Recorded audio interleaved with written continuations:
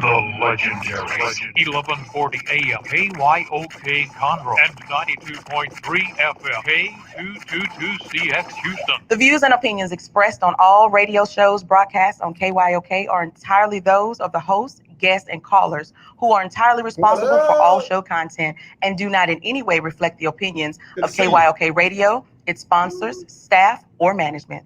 All right.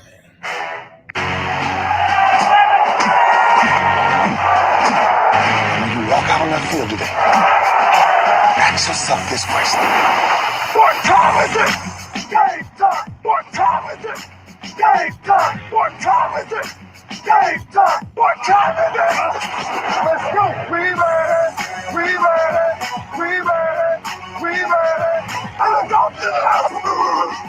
I'm going to the house! When I step on the field, I send one message. This is what it feels like. This is what it feels like. Football is getting hit. That's it. It's gonna be football now. What time is it? Game time. What time is it? Game time. What time is it? Game time. What time is it? Let's hunt now. Let's hunt. Let's go. Let's hunt.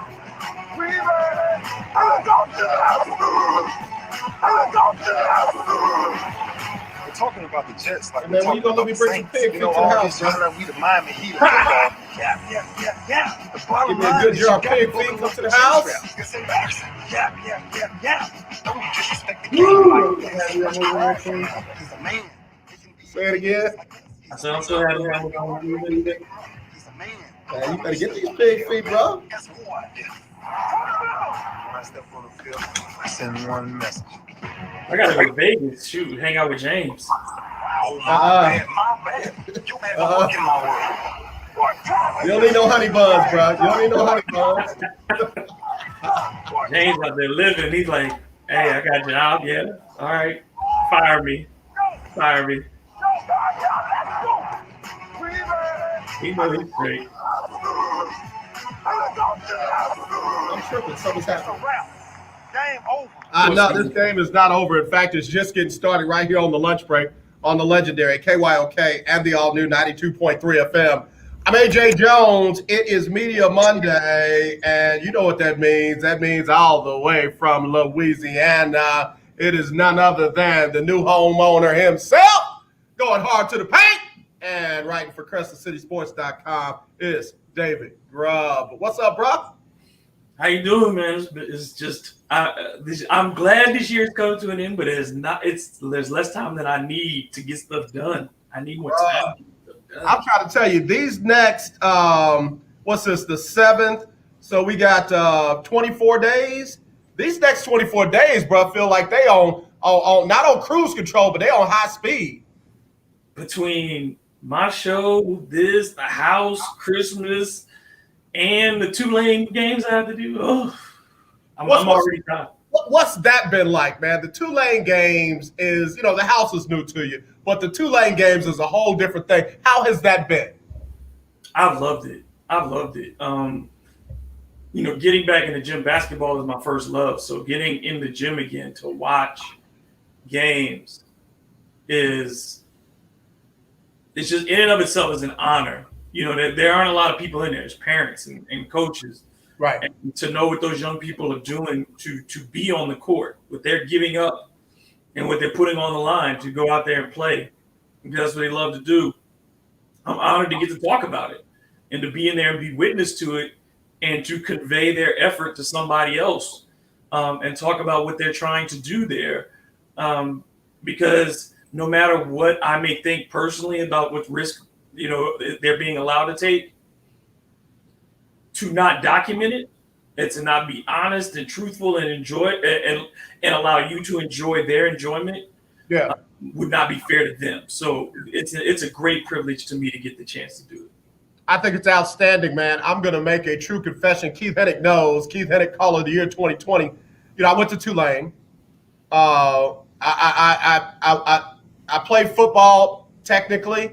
I was on the team, but I was on the scout team for real. I was a live tackling dummy. I ran track. I was on the diving team. And I literally have not watched Tulane basketball since Perry Clark. Mm-hmm. I mean, that was the last time Tulane basketball was exciting for me because, Perry bringing that starting five, then he bringing that next five, and they would just run off the court. So tell us why we need to be tuning in to Tulane basketball again. There are two really good storylines on both sides. For the women, they have a great senior and a great freshman combination. And the freshman, her name is Ja'Kayla Jordan. The girl won 3 straight championships in Louisiana high school. Oh, wow. Was a top 50 recruit nationally, was the number 1 player in the state of Louisiana. And she's the 3rd straight member of her team to go to Tulane. Wow. So Tulane has a junior, a sophomore, and a freshman, all from the same school, played on the same championship teams. And she's just a phenomenal young lady. She's 5'9", plays point guard, smooth, extremely intelligent. You can watch her. She's figuring out the game already. Just a great talent. And then on the men's side, the coach over there, Ron Hunter, this guy's turned around programs before at Georgia State. I think he was famous for he was the first coach to do the no shoes. Remember coaches without shoes to raise awareness for kids who didn't have them. He was one of those who started that. But he's won everywhere he's been. He's taken every school he's been to the NCAA tournament. This is the most difficult one in doing it at Tulane. But they have some really good young talent. It's a young team. It's all freshmen and sophomores pretty much. Yeah. But they're exciting. And to watch them, they play with a lot of pressure. They like to get up and run up and down the floor. They shoot it a lot. So they're both exciting teams to watch. I'm interested to see how they develop. I think the women are a better team, comparatively speaking. I think they're predicted to finish in the top 3 in the conference. But the men, they were predicted to finish last. If they play up to their potential, what I've seen early on, they could threaten the middle of the pack. And for them, that would be a big accomplishment considering 2 years ago they didn't win a single conference game. Gotcha. Well, I tell you what, they got one of the best calling the games. And, man, I'm happy for you. I'm really happy. Really great things have been happening for you, man. The post where the guy said, I know I'm late to it. And then he talked about your work and how hard you work at it, man. That was a well-deserved compliment, man, because, again, we've known just how awesome David Grubb has been for a minute now. We appreciate you, bro. I appreciate that. It was just, what else? Like I said, I don't have anything else to tell that person. And I talked to him on Twitter, of course, offline, and I thank him. But it's just, that's why we do this, is to do good work, not to have people tell you how much, I don't need for people to say, oh, you're so right, you're so great. But if you're giving something, you're adding something, and people respond to that, then that's why I do this. I don't do it to yell into a vacuum. I do it because I want people for it to resonate with people, for them to care about it because I care about it. So if they do, that means I'm doing something right. Absolutely. Well, bro, you have definitely made this show better. And I still am I'm a huge fan of Hard in the Paint. But that doggone Dome Patrol, man, I feel like I got to get my thesaurus. I got to get my dictionary. I got to get my apps out, man. And I just got to be ready for the masterclass in sports talk. And I love it, bro. You guys are doing a great job. And please give your co-host some love from me, brother, because y'all do an amazing job on that show. I look forward to it. I really do. Yeah, that thing right there, people love it. Ross Jackson, at Ross Jackson Nola, if you're trying to follow him on Twitter. Ross is just one of the best. He works with so many people around the country. He loves what he does, and he's also one of the most humble and just genuine people I've ever been around. And I think that's something that I said too, is the commonality, whether it's you or Ross or whatever, is I look for that in people. Whether it's Kelsey saying all of it, I look for that in people. Is, do you love this? If you're in it for you, if you're in it because you want to be famous, you're in it because you want to be recognized. I don't resonate with those. I don't deal with those kind of people. It's the vibe has to be, do you love this? And for love it, that means you have to be honest about it. You have to the good, the bad, and the ugly. You have to want to be immersed in that. So that's why I gravitate to people like that who would rather be truth tellers and conveyors of honesty rather than just trying to pander to fans. Yeah, yeah. I'm there, and I'm also attracted to people who, we're in this together. We're not trying. You're not using me to come up. I'm definitely not standing on your head to come up. And that's big, man. Because as big as this sports genre is, for us, it's a small circle. And if you keep burning bridges and using people to get what you can out of them, and then all of a sudden that's bad. Now you go somewhere else and you use them till you can't get no more out of them. That's gonna catch up to you. And I'm glad you're not one of those. Kelsey's not one of those. Valencia King, Paul Washington is not one of them. Man, again, man, I value these relationships and these connections. So. Thank you, brother, for being who you are. Tell us about the house, man. I didn't tell him. So tell us about it. Yeah, so we finally closed on the house. We got us a little. The official move-in date is December 18th. We've been moving all the stuff over, piecemeal, bit by bit, trying to get things together. But more than anything, my wife and I, we had to have the conversation. She was like, "Well, Christmas is the house is the Christmas present, right? We don't have to get each other anything." I was like, "Nope." I said, we have to give each other one thing. I said, I'm not waiting for Christmas and get nothing. I said, I need something.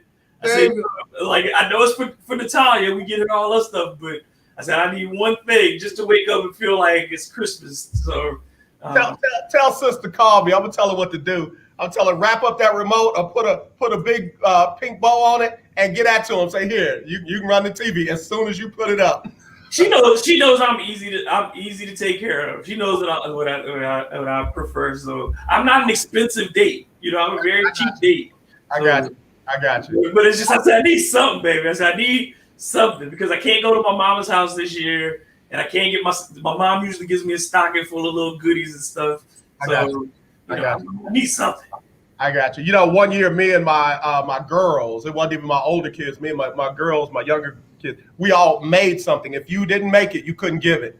And bro, let me tell you something. That was one of the most meaningful Christmases that we ever had because they got up and explained what they made and what they were thinking while they were making it. And it meant the world to me, bro.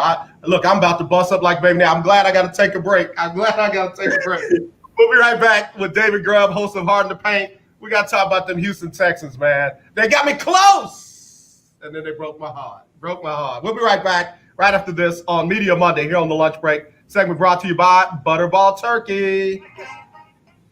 Hey, what's up, everybody? It's AJ Jones with the lunch break on the legendary KYOK AM 1140 at 92.3 FM. It's that time. My relatives are like, tell me time we need her Christmas list. We haven't even thinking about that. Say it again. I said, they were like, tell Natalia we need her Christmas list. I'm like, we haven't even been thinking about that. We've been trying to get all the stuff for the house done. And it's like, oh.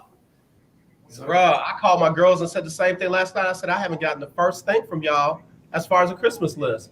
And then they start rattling it off. I said, no. Send it to me. But man, they hadn't been thinking about it. I am a non-attorney. All she really wants is stuff to help decorate her room. That's all she wants. And she's still saying, Daddy, I'm working on my aesthetic. I haven't decided what my aesthetic is. Well, man, let me know what your aesthetics when I was 12. Yeah. My daddy didn't give me no aesthetics. It was get your behind in that room. That's what it looks like. Man, I used to beg to put up posters. Mommy, can I put this poster up on? No, don't put a hole in my wall. All I had was pennants. I had pennants from different teams all over the room. That was it. That's all right. That's all right. Equivalent. Call the legal. That was the tradition. My dad, whenever he went somewhere on a business trip, for a long time, it was like they had a team. He would bring me a new pennant back from there. What's up? Yeah, that's cool. Call now. 800-251-7. That's cool. I used to bring friends all kinds of stuff when I would travel. Somebody did the teacups. Somebody did the shot glasses. One guy did the mugs and said, bro, you getting expensive now. I can't do that.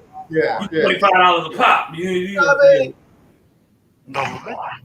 mug, $15 logo. 1140 AM and 92.3 FM. Legend continues.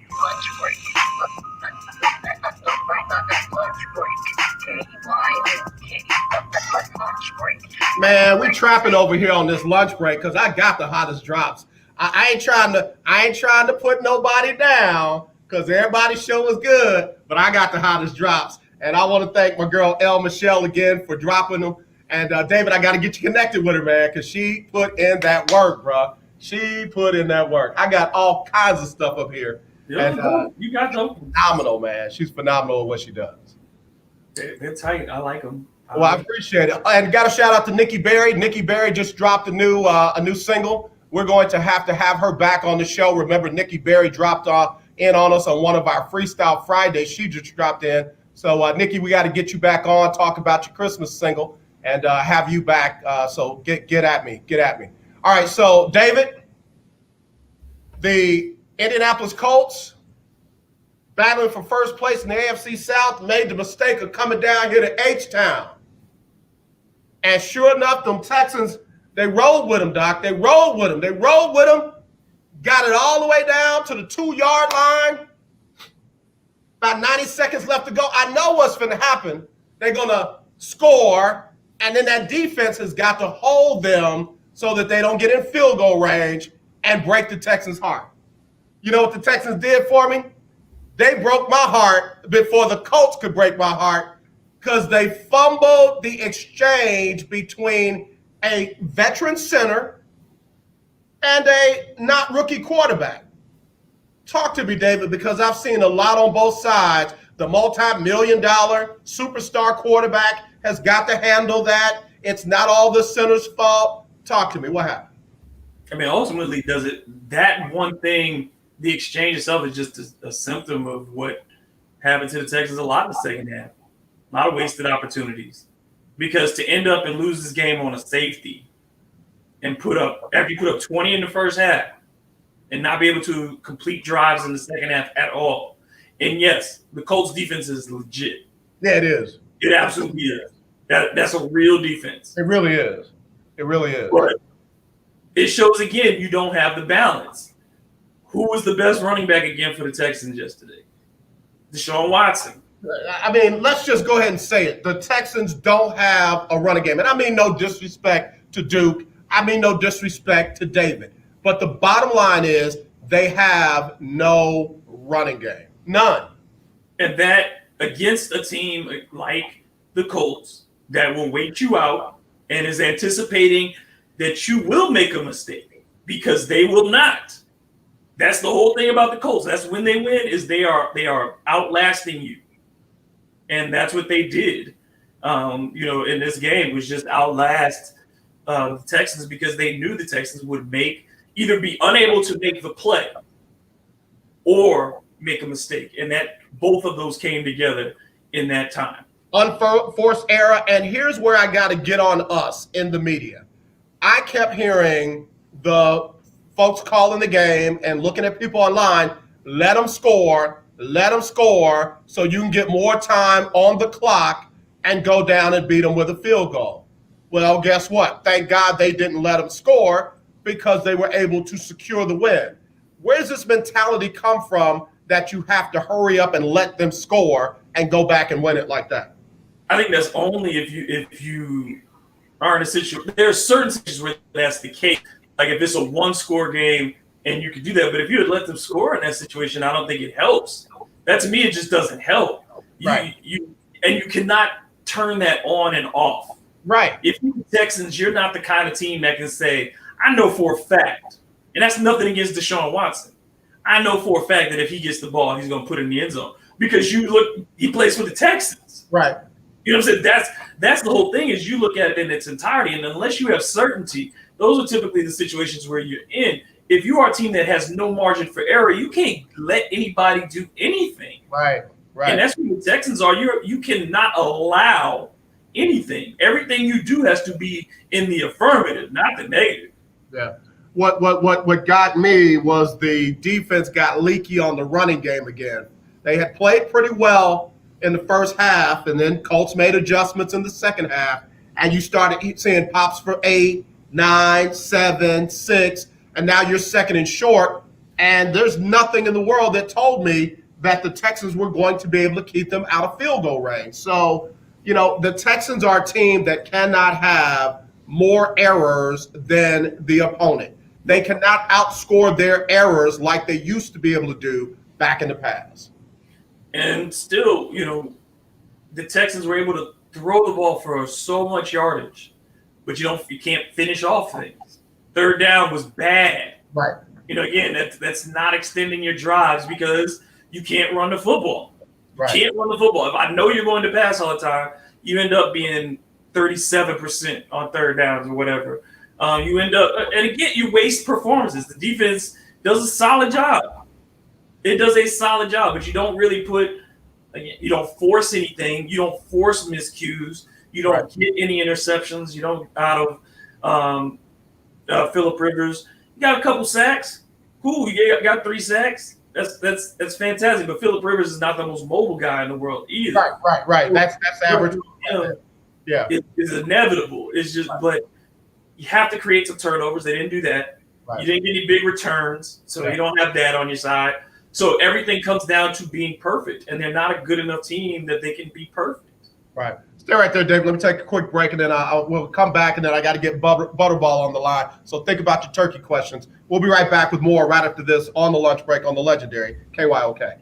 Fingers. The new way to live your life with diabetes is with a continuous glucose monitor. You simply apply a discreet, easy-to-use sensor on your body, and it continuously monitors your glucose levels, helping you spend more time in range and freeing you from painful finger pricks. If you test your blood sugar at least 4 times a day and inject insulin at least 3 or use an insulin pump and have private insurance or Medicare, you might be eligible for a CGM with little or no cost to you. Call U.S. Medical Supply today for a free benefits check. We offer free shipping, 90-day supplies, and we bill Medicare or your insurance directly. Call now and say goodbye to finger pricks. 800-633-1378.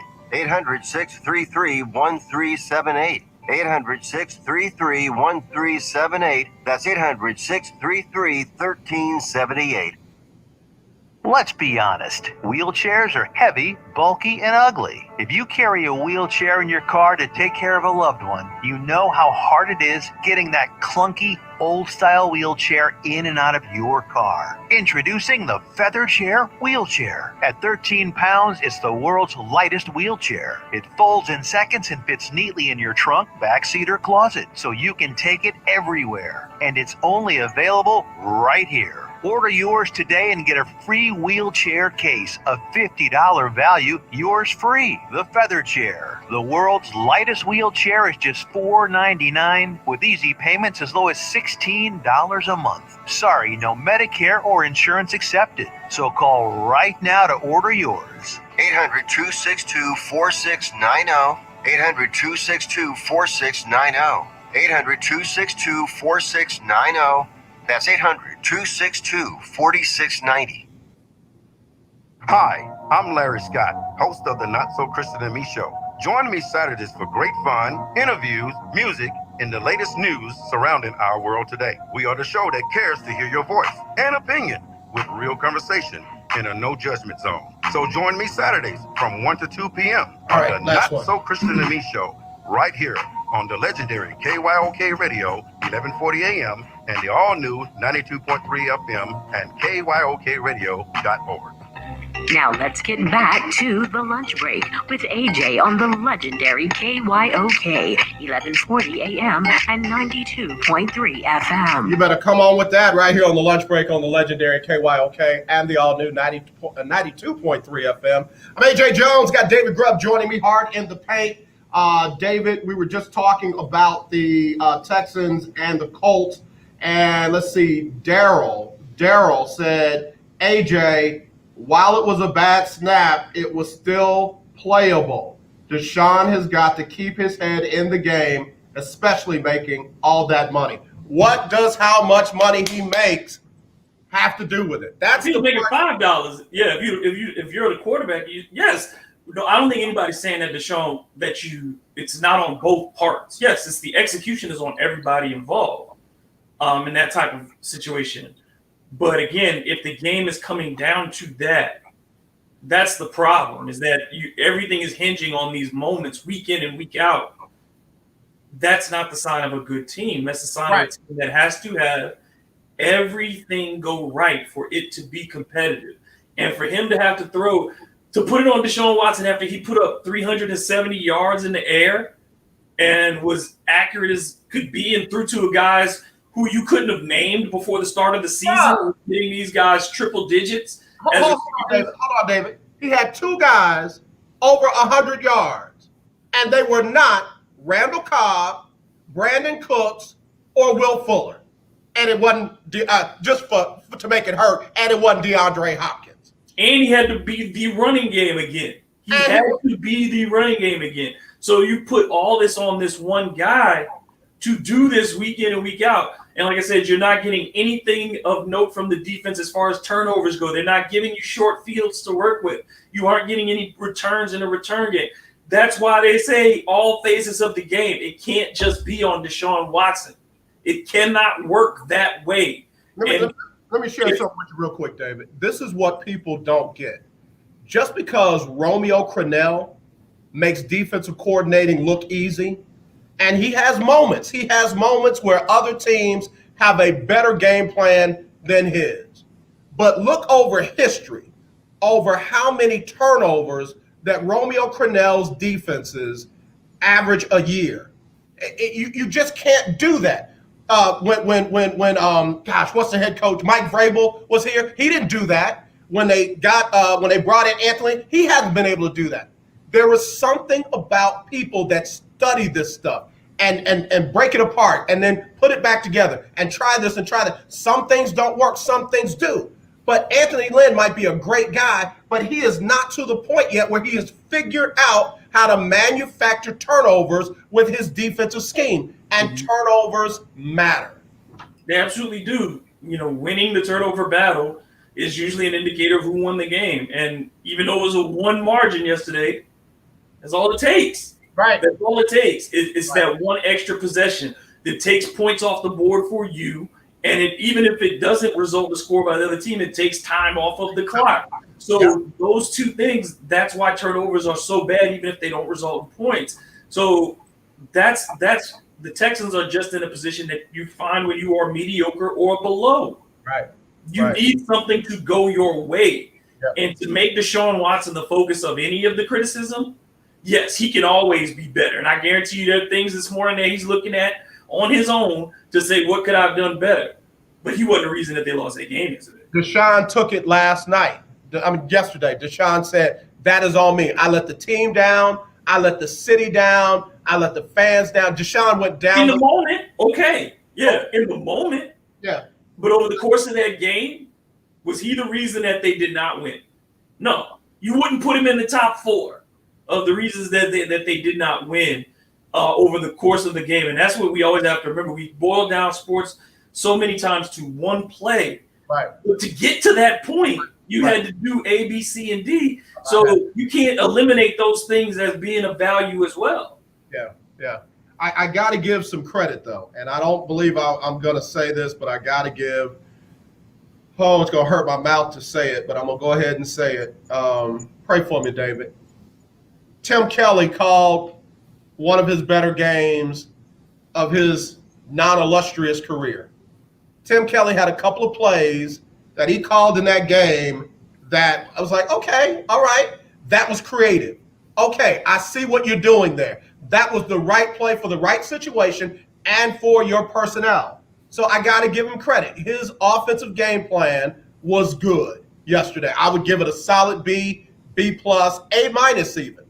A- So there's a bright spot. But but you just, again, you take away something, which against a team like the Colts that you have that running the football is an essential in the NFL. It's just not something that you can ignore. In college football, you can get away with that. You can get away with being a team that runs the ball for 40 yards, but you threw the ball for 400 and 500 yards. You can get away with that. In the NFL, you can't, because it is so important for defenses to be able to get that half-second advantage from your quarterback. Right. That's the difference between a completion and an incompletion. It's the difference between a touchdown and a good gain is that fraction of a second that you're allowing because of deception. And if I know your team cannot run the football, and that's what teams go up against with the Texans, that's what makes what Deshaun Watson does on a week-in and week-out basis even more notable, is because you absolutely know going in they can't run the football. They can't do it. And that's just tough, man, because again, it makes it hard. That's why you see Deshaun running for his life, because nobody's paying attention to the play action. Nobody's paying attention to the fakes. Nobody's paying attention to that. So, when you see the Texans won, they were almost 50% on third down. They had more yards than Baltimore. The passing yards, again, definitely more yards. But again, you get to the running. The Colts ran for 109, which isn't a lot. But the Texans, for how many games in a row, was under 100. They were 90 yards. And that's with the two Davids and Deshaun. So, it just makes it hard when you cannot honestly run the ball and make teams believe that you're going to run the ball. And the Colts are they're not a great team. We're not by any stretch of the imagination, but they have a great defense. And so for them, yeah, they didn't run for a ton of yards, but once you get in the second half, you're pitching a shutout. You know what I mean? So and you're able to get in a position where you are attacking downhill constantly. Right. That's a huge advantage for a defense. The yardage, once you've got a lead for the Colts, that's the whole thing. If they're up a score or two scores on somebody, it might as well be 10 points, to 13. You have to add the degree of difficulty. And right. So that's the issue, is you can be as dynamic as you want, but they're just not. You don't have the option of even throwing a screen pass isn't there. Right. It's just not there for them. Everything has to be down the field and then attacking. And like you said, for Deshaun, that means he has to hold on to the ball a little bit longer because the stakes are always higher. Right. You can't throw a bunch of 3 and 4 yard routes. You have to get 7. You need to get 10. You're putting him in those positions constantly. Right. Let's even take that a step further. Some of the holding calls on Tunsil is because, they ain't going to pause for the hand fake. They shooting upfield and getting where they believe Deshaun is going to be. So that's tough on the offensive line. Also, some of those false starts. He's trying to get a jump on guys that are about to come on in there and do what they got to do because there's no respect for the run. None whatsoever. No, and as long as you are one-dimensional, show me that team. Show me who in the NFL right now at the very top offensively is one-dimensional. Right. Can't do it. A1. This gets David Grubb, host of Hard in the Paint and writer for CrescentCitySports.com, joining us on Media Monday. This gets to an issue that I wanted to bring up today, and I'll do it universally. So a couple of commentators, I guess, or sports journalists have gone in and checked the stats, and supposedly Ian Book is now statistically the best quarterback at Notre Dame, has a higher winning percentage than any other quarterback at Notre Dame. So they're now wanting to call Ian Book the best quarterback at Notre Dame. I want to slap somebody. I want somebody to put some powder in my hand. I want to rub it together. I want to do the LeBron James, and I want to say, come here. You can never say somebody, and excuse me, Mrs. Book and Mr. Book, name Ian Book is the best quarterback at Notre Dame when you had a guy by the name of Joe Montana that set foot on your campus and played quarterback at your school.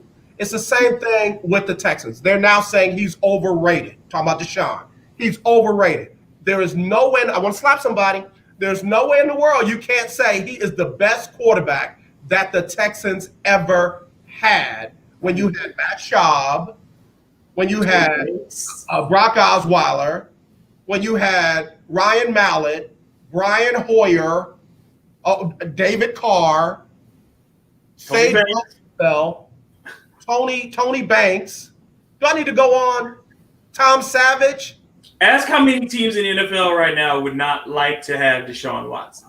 You think they would take Deshaun in Philly right now? Brother, I don't mean no disrespect, but they would drive Carson Wentz somewhere and leave him. And just leave him. And drive off so that they can have Deshaun Watson as their quarterback. The New England Patriots would tell Cam Newton, look here, honey, put your mother on the phone. San Francisco. Yeah, look here, Betty. Right now, would they rather have Deshaun or Jimmy Garoppolo? I'm telling you, the Chargers, Chicago, Tampa Bay, not Tampa Bay, I meant Jacksonville, heck, maybe even Miami. Hey, yeah, it would certainly accelerate their timeline if you had Deshaun instead of Tua. Bro, Jets.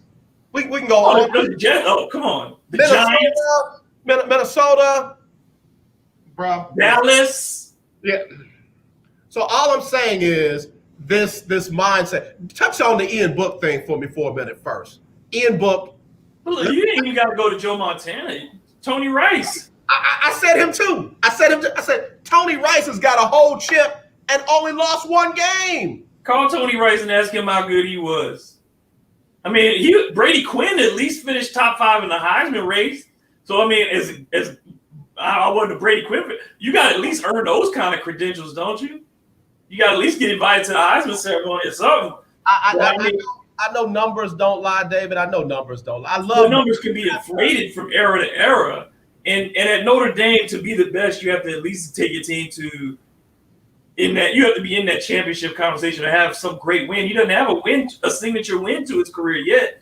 So you have to win that game, and he hasn't won that game because the Clemson game doesn't count. Don't count. Trevor Lawrence wasn't on the field, so don't count. But see, if you go to when you talk about Tony Rice, you're talking to who had to beat Nebraska, had to beat Miami, had to beat all those schools, every Michigan, he had to beat Michigan State, all of them. USC every year. So yeah, don't come at me until you put some hardware up on the walls, and he hasn't done that. Our baby sister always check in when I'm cutting up, man. Hey, Kelsey Nicole Nelson. Kelsey said, "Hey fellas, check it in. Keep up the great work. Miss you." She's gonna be on the show tomorrow. We're gonna talk about the John Wall and Russell Westbrook trade. We're gonna do that today, but John Wall, man, got the town looking good, bro. I know it's just practice. I know it ain't the game, not the game. It's just practice. But look good, bro. Looks good. So shape. Looks quick. But again, finish the talk about the quarterbacks. It's easy to look at numbers and not have context in place. I'm not saying that the guys that Ian Book are beating are different than the guys that Joe Montana and Tony Rice and some of the other fellas beat. What I'm saying is be careful when you make those broad-reaching, greatest of all time statements, because it really kills credibility, man. Yeah, I tell people, look, people who love Jameis, I say go look at Charlie Ward play. Go see how good Charlie Ward was. People forget how great Tommy Frazier was. Right. And they talk about Tim Tebow, and I said Tommy Frazier was something that you hadn't. We seen the option. You had not seen it the way Tommy Frazier ran. And I hate Nebraska football. But Tommy Frazier was a beast unto himself. He was a breed unlike any other running that option. He may have been the greatest option quarterback who ever played. It's just that whole thing is we lose that perspective. We have to keep remembering how great that their people were. And when we did in Alabama, you got all these numbers now with Tua and with what Jalen Hurts did and what Mac. Now I'm forgetting his last name right now. The quarterback there now, Mac. What is his last name? Whatever. But you talk about Alabama. Yeah, Kent Stabler's numbers don't look great compared to these guys. Right. Joe Namath's numbers don't look great next to these guys. Bart Starr's numbers don't look great next to these guys. Yeah. But that's the whole thing. Is like greatness is bigger than your digits. That's not the great digits come from greatness. Right. It's not the definition of it. Bro, listen, let me tell you something. Let Jamel Holloway come and run what Lamar Jackson is doing for another team in the NFL. These are guys that never really got that shot. Like you said, Tommy Frazier. Let them give him a shot in a true offense that's built around him. Let them Tim Tebow him, where they put everything in place that he needs to win those games. I'll give you another one out of Nebraska, Turner Gill. Yeah. And folks want to talk about Scott Frost and some of these other quarterbacks. There were some brothers that didn't get the respect that they deserve. I always say, as great as Jerry Rice is, whatever, he wouldn't be nothing without Willie Totten. Willie Totten was bad boy. Wouldn't be nothing without Willie Totten. Bad boy. Bro, Willie Totten put it on an airplane. That thing would be up in the air and land right in Jerry Rice's hands. It wasn't like Jerry Rice was making acrobatic catches. Willie Totten was putting it on the numbers, and Jerry was doing what he had to do. Drop it in the bucket. Bro. Willie Totten could drop it in the bucket. Yeah. I didn't get to see Willie Totten in person until he was in the Arena Football League, and he came and played in New Orleans for the New Orleans Knight, and at the time, but you couldn't not know who Willie Totten was, because at Tulane, right after Willie Totten finished at Mississippi Valley, at Tulane we had Terrence Jones, and so the two of them, they both wore number 10.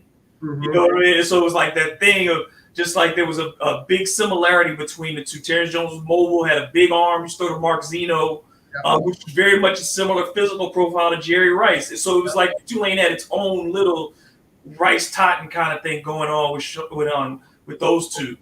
So that's why I remember that era so well. I give Michael Bishop love too over at Kansas. Who never got a chance in New England. Bro. Bishop, Major Harris. Remember Major Harris from West Virginia? Yep. He was one of those guys. Let me throw another name out. Where's Rohan Davey? He owns a trucking company now.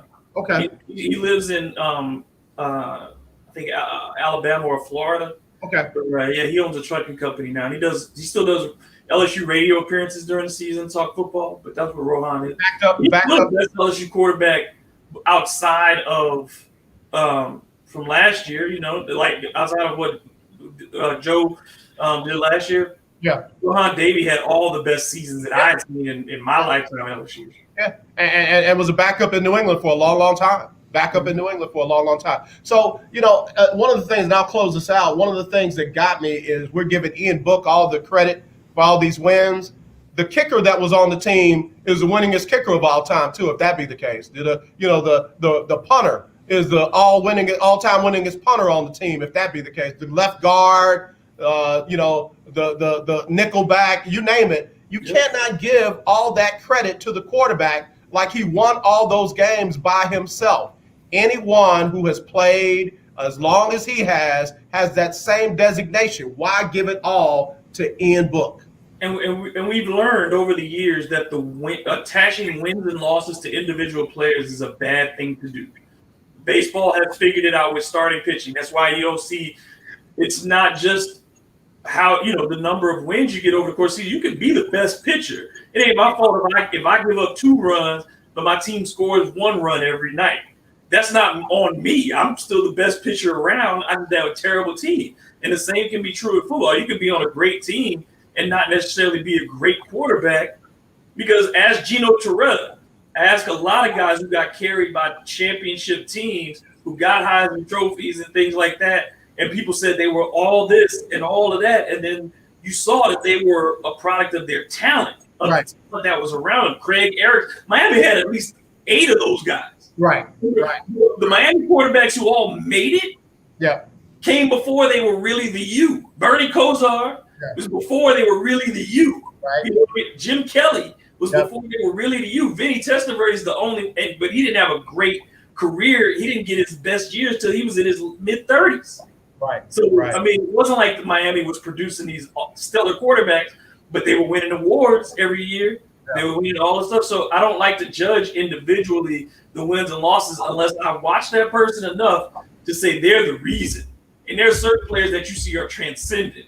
That's why when you look at quarterbacks, it's hard for, when you look at a Michael Vick, when you look at a Vince Young, when you look at a Joe Burrow, they changed winning. They affect winning. They didn't just put up numbers. Vince Young was not the smoothest looking quarterback you ever saw, but you put him on the field and Texas was going to win.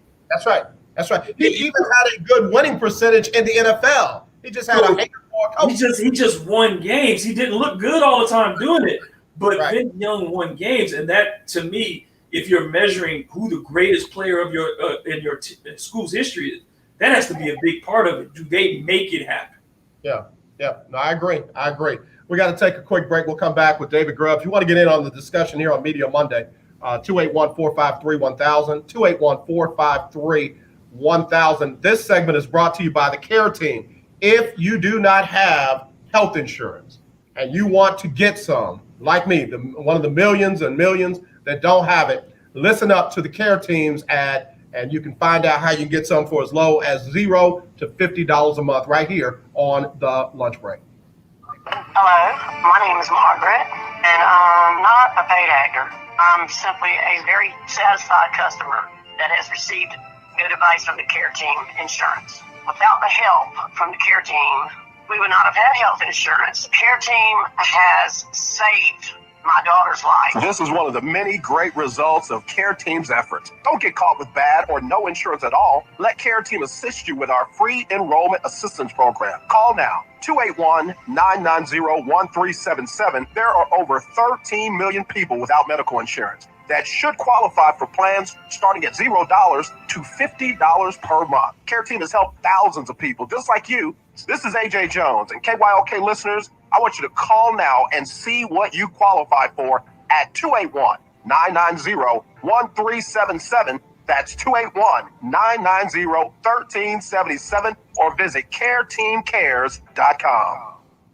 Hey, what's up, everybody? It's AJ Jones with the lunch break on the legendary KYOK AM 1140 and 92.3 FM. It's that time of the year where we are reminded of all the things we should be thankful for, and that it's more blessed to give than to receive. So with that in mind, on Wednesdays from now through Christmas, we'll give you a chance to win a gift certificate from Butterball. That's right, you can win a gift certificate for a Butterball turkey on Wednesdays on the lunch break between 12 and 2.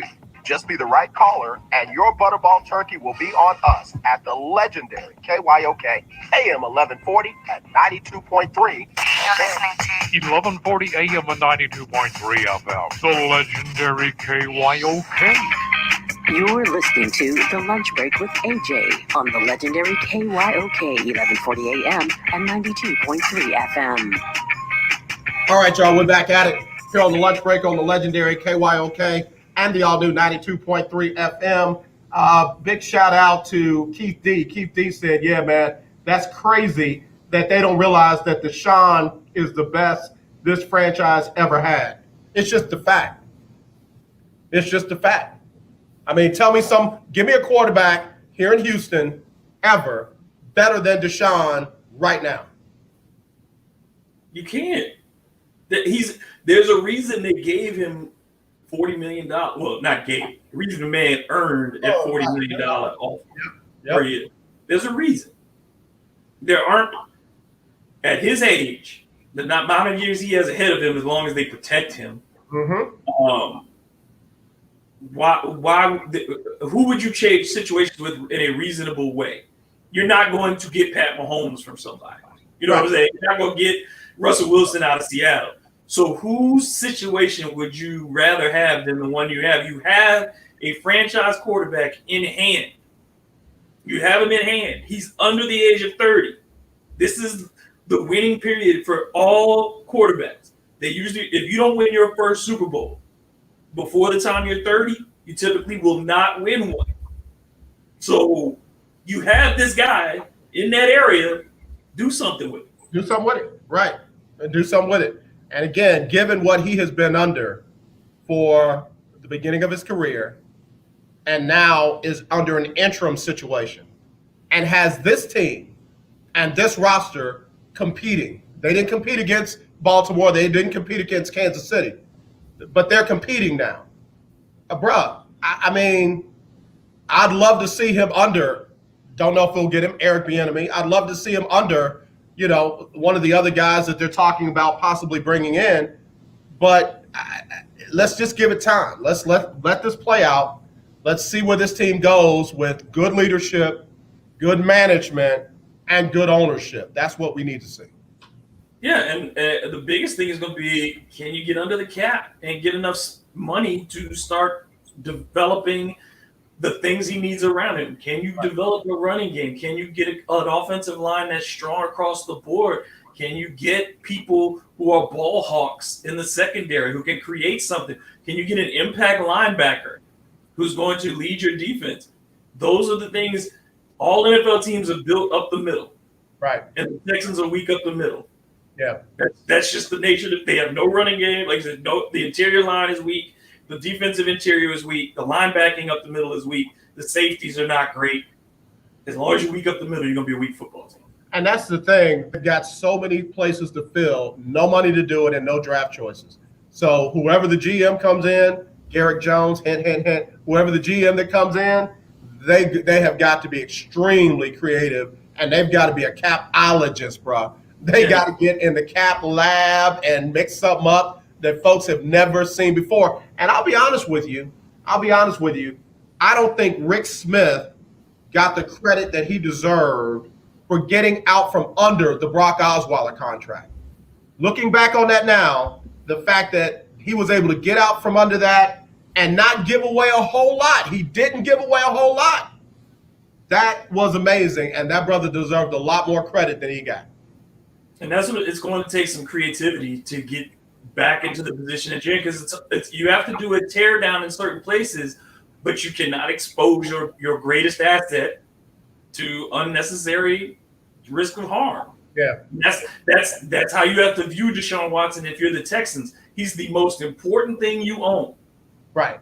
Basically, what Bill O'Brien did was he borrowed your car. If you're the owners, he borrowed the car, and he went out and got something to eat. He left the wrappers all in the floor. He didn't bring you. He brought the car back with no gas in it. Your tires are leaking, missing some air, and they need to be inflated. And you're about to drive out of town next week. You know what I'm saying? Like, you about to hit the road, and all your stuff is messed up. The oil is. That's the kind of car they got back, but your engine is perfect. Yeah. That's your quarterback. Your engine is good to go. But he left you all these other parts that you got to get taken care of before you can go anywhere. Yeah. So let me ask you, David. They need offensive line help. They need secondary help. They need defensive end help. They need nose guard help, and they need middle linebacker help. And I kind of want to throw running back help. But you can find running backs, but they haven't done it. So that's 6 things. If you can only do 3 of them, which 3 do you think they need to do first? O-line, D-line, linebacker. Start right there. Because at least you can build from that. If you can control the line of scrimmage, and you can make your secondary better. That's true. With a strong line and a linebacking core, and you make your offense, you save it with an offensive line. You can make bad receivers or mediocre receivers into good ones if you give the quarterback time to throw the football. And if you can get somebody who can just give you 4.5 a carry. Right. Can you hit me with 4 to 4.5 a carry? Can I get 3 carries for a first down from somebody every week? If that's all you need, like, you don't need you don't need the reincarnation of Arian Foster. You don't need Earl Campbell. You need somebody who can give you 4 yards, and you can feel confident every time you hand it off. That person's gonna fall forward. Listen, Adrian Peterson at 276 years old averaged 3.6 yards a carry and 2 touchdowns and ran in the game winner. And the dude is 276 years old. I know he is. You getting that out of Adrian Peterson, and the Texans are getting far less out of David Johnson and Duke Johnson. No disrespect to them. It might be the scheme. It might be. I mean, Duke is better than what he's shown, because we've seen Duke play better. Yeah. But we haven't seen David Johnson be good in years. Like, that's just a fact. He was washed up 2 years ago. He's in his career, really. We talk about 1 season in his entire career that people are paying for. It's crazy, because it took me 1 game to see why Arizona was like, we don't need him. We don't need him at all. Take it. That's what Arizona was ahead of me. Like, that's what you want? You asking for him? Yeah. All right. They probably had to stifle it and try not to laugh on the other end of the phone, because how happy could you be if you're Arizona getting out from under that contract? Brother. Particularly for a running back in this NFL. Let me show you how it went. Hold on. Y'all want who? For no, what? Not him. No, please, no. Hold on. Let us think about it. Ha! Okay, we thought about it. You're killing us. Can you throw in a 4th round? If you can throw in a 4th rounder, we'll do the deal. You're killing us, but we'll do the deal. Bruh. And Bill O'Brien really thought he did something. He really thought he did something. And you can't tell me that he didn't let pride, personal emotions get in the way. His ego was hurt. And that's what kills franchises. Maybe. That's what kills executives. They want the credit, they want the power, but the results, they don't want to be tied to the results. Man, Brother, all I know is I'm going to keep calling his name till I can't call his name no more because all this mess is on him. He's All right, a listen. hero. He set the city on fire and fiddled while it burned. Bruh, let me tell you, we gotta get ready to listen to Sybil Wilkes' coronavirus update. But when we come back, how did I miss that the Saints had quietly won 9 in a row? How did I miss it? Quietly have won not one, not two, not three, not four, not five, not six, not seven, not 8, but 9 in a row, and got a good chance to win 10 in a row next week. Let me take this break. We'll come back with David Grubb. We'll talk about that right here on the lunch break on the legendary KYOK and the all-new 92.3 FM. It is our Media Monday. This segment brought to you by the Care Team. CareTeamCares.com is the address if you need health insurance. CareTeamCares.com. Wilkes with what you need to know today. Just one day before the Georgia voter registration deadline, the first face-to-face debate between U.S. Senate candidates Democrat Reverend Raphael Warnock and Republican incumbent Kelly Loeffler was held. Senator Loeffler continues to characterize her opponent as anti-police and anti-military. Reverend Warnock pointed to Loeffler's association with known white supremacists and being out of touch with everyday Georgians. Today is the last day for Georgia residents to register to vote. Personal lawyer to Donald Trump, Rudy Giuliani, has tested positive for coronavirus. Last night, Giuliani was admitted to a Georgetown University hospital in Washington. The 76-year-old former mayor of New York City has traveled throughout the country recently in an effort to overturn the 2020 presidential election. What you need to know is brought to you by the Black Voters Matter Fund. Please visit blackvotersmatterfund.org for more information. I'm Sybil Wilkes. Be informed, be empowered. Let's get it. Lunch break crew. What's up with it? Man, I don't be trying to dance on my own drops, bro, but they get me, man. They get me. DG. You want to play that again? Let me play that one again, DG. DG, let me see what you got. Oh my goodness. Did you see this? Uh-oh, wait, what happened? What happened? Do you remember the actress Natalie Desselle? She was in Babs with Halle Berry. Make me remember her. Who is she again? She was in Babs with Halle Berry, and she was in How to Be a Player and did some other things. Yeah. She passed away. No. Yeah. She's young, isn't she? Yeah, I just saw a tweet from like it came up on my notifications, and yeah, she just passed away. I liked her in Babs. She was good. She was good. And just a very good comedic actress, and right. A lot of different things, and yeah, just passed away this morning. Bro, 2020 needs to stop. Come on. Wow. Okay. I'm sorry, it just hit. I was like, whoa. No, that's you know, that's news. That's news. Huh. Okay. David? Saints, 9 in a row. Well, the first thing is nobody wants to talk about how good that defense is. That might be, right now, it might be the best defense in the NFL. The way that they've played, who they've played against, and what they've had to deal with the last 3 weeks in having Taysom Hill under center. And that's not to upset Taysom Hill too much. You know, not to insult him too much, but look, this is a dude who's getting his first NFL starts. And they played 3 games where, I mean, the Saints have only given up 2 touchdowns in the last 5 weeks total. 2 touchdowns, I think. But the Falcons were about to go touchdownless for the first time since 1987, when they only played once against the Saints that year.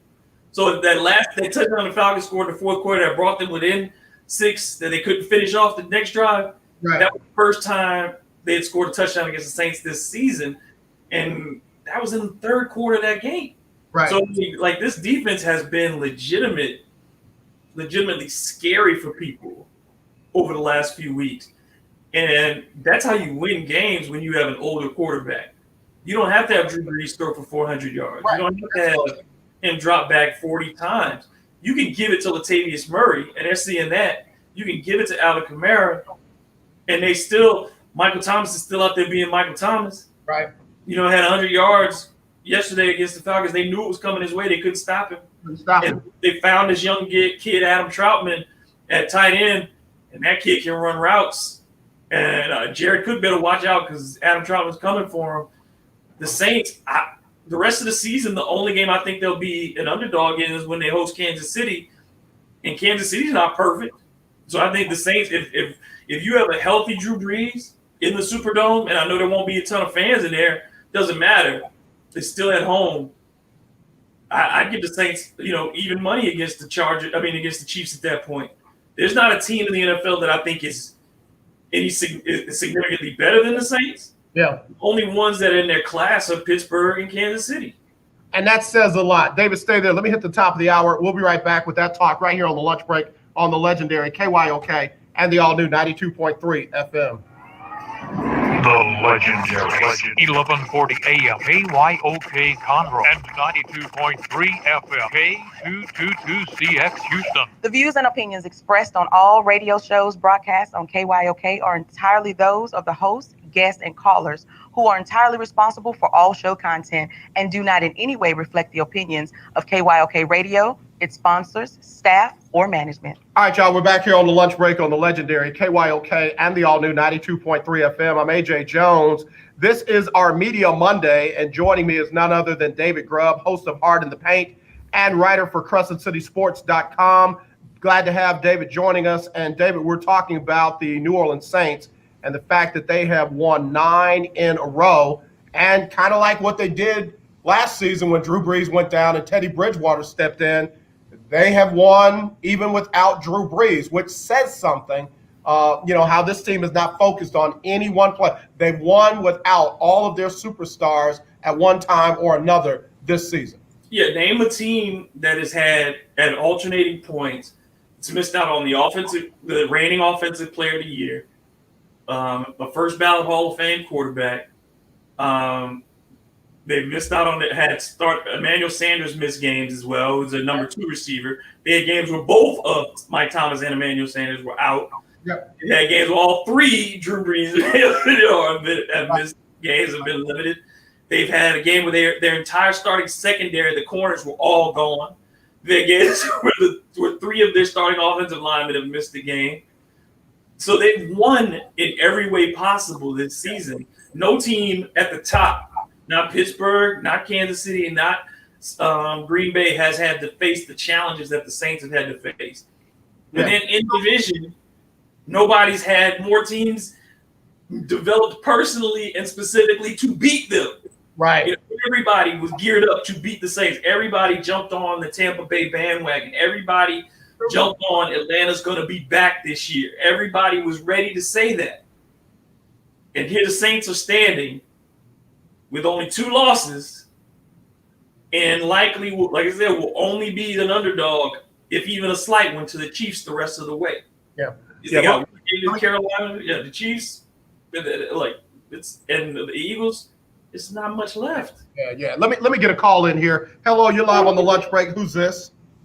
AJ Jones, David Grubb. How y'all doing? This is Cowboy Craig, Evan Barnett, all in one. Oh man, how you doing, man? Long time no talk to, Cowboy Craig. Yes, sir. Yes, sir. Listen, man, when I think about the Texans, let's go back to my Cowboys. The Eagles, what destroyed the Cowboys when they had Jimmy Johnson and Jerry Jones. It was the ego of Jerry Jones that he said that anybody can coach that team. And we haven't been the same since. We won with the Bears. That was the leftovers or the carryover from the Jimmy Johnson's era. And here the Texans are. I don't know if it's a play that we have to get Texas that we cannot get out of our own way and let somebody else take the credit. These others are ego-driven. Help me out with that comment. Yeah, no, I agree with you. Jerry Jones definitely learned the hard way that not anybody could just coach that team. Barry Switzer was able to get in on the tail end of what Jimmy Johnson had built. And, again, Cowboy fans know how bad and bleak it's been since then. But I agree with you, and that's a lot of what we had here with Bill O'Brien. He didn't want anybody else to get the shine. He didn't want anyone else to get the credit, and he was trading guys away who had too much respect by other players that he felt like he deserved. And I'm sorry, when your head coach is the most important person in the building, you got problems. And it's going to be in a 2 to 5 year hole before we can dig ourselves out of this. And I say us because I live in Houston. Gotcha. But my heart is in Dallas. But I like to see the Texans win because I live in Houston. Yeah. You know, but hey man, we just have to see what we can do and make the best out of a bad situation. Yeah, no, I agree with you. Cowboy Craig, thanks for the call. As always, brother, be safe out there. Yes, sir. Hey, one other thing, man. Merry Christmas, happy holidays, man. Be safe. And hey, mask up. You know, we got to be safe, and we're going to get through this. This too shall pass. Yeah, absolutely, brother. Appreciate you. Right back at you, man. And you know, the teams, the organizations that have the most success, it's usually because the people behind who are in charge of those organizations don't put themselves out on Front Street. Right. Look at the owners who are winning. You know, for all, you know, we can make some jokes about Robert Kraft, and I certainly have made them, and I would. It's not that you see him getting a ton involved in the football side of the operations. There's been a couple times where his name gets involved when it became specifically about Tom Brady and Bill Belichick.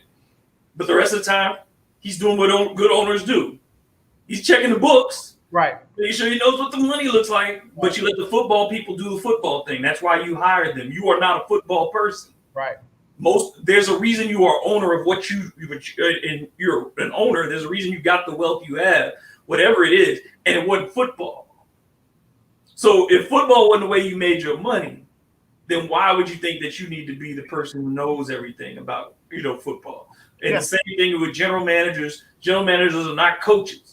Coaches are not general managers. Right. You don't want the wide receiver trying to call the plays. It's all those things are important. And when those roles are ill-defined, when people think that they are more than their job, that's where the problems come in. And I would say, using the Saints as an example this year, and you could also talk about Kansas City, and you could talk about Pittsburgh, those teams at the top. Do you hear a lot from Mike Tomlin? Do you hear a lot from Andy Reid? If you hear from Sean Payton, he might be saying something funny. Yeah. But Sean Payton has also this year, every time the Saints have made a mistake, he said, that's on me.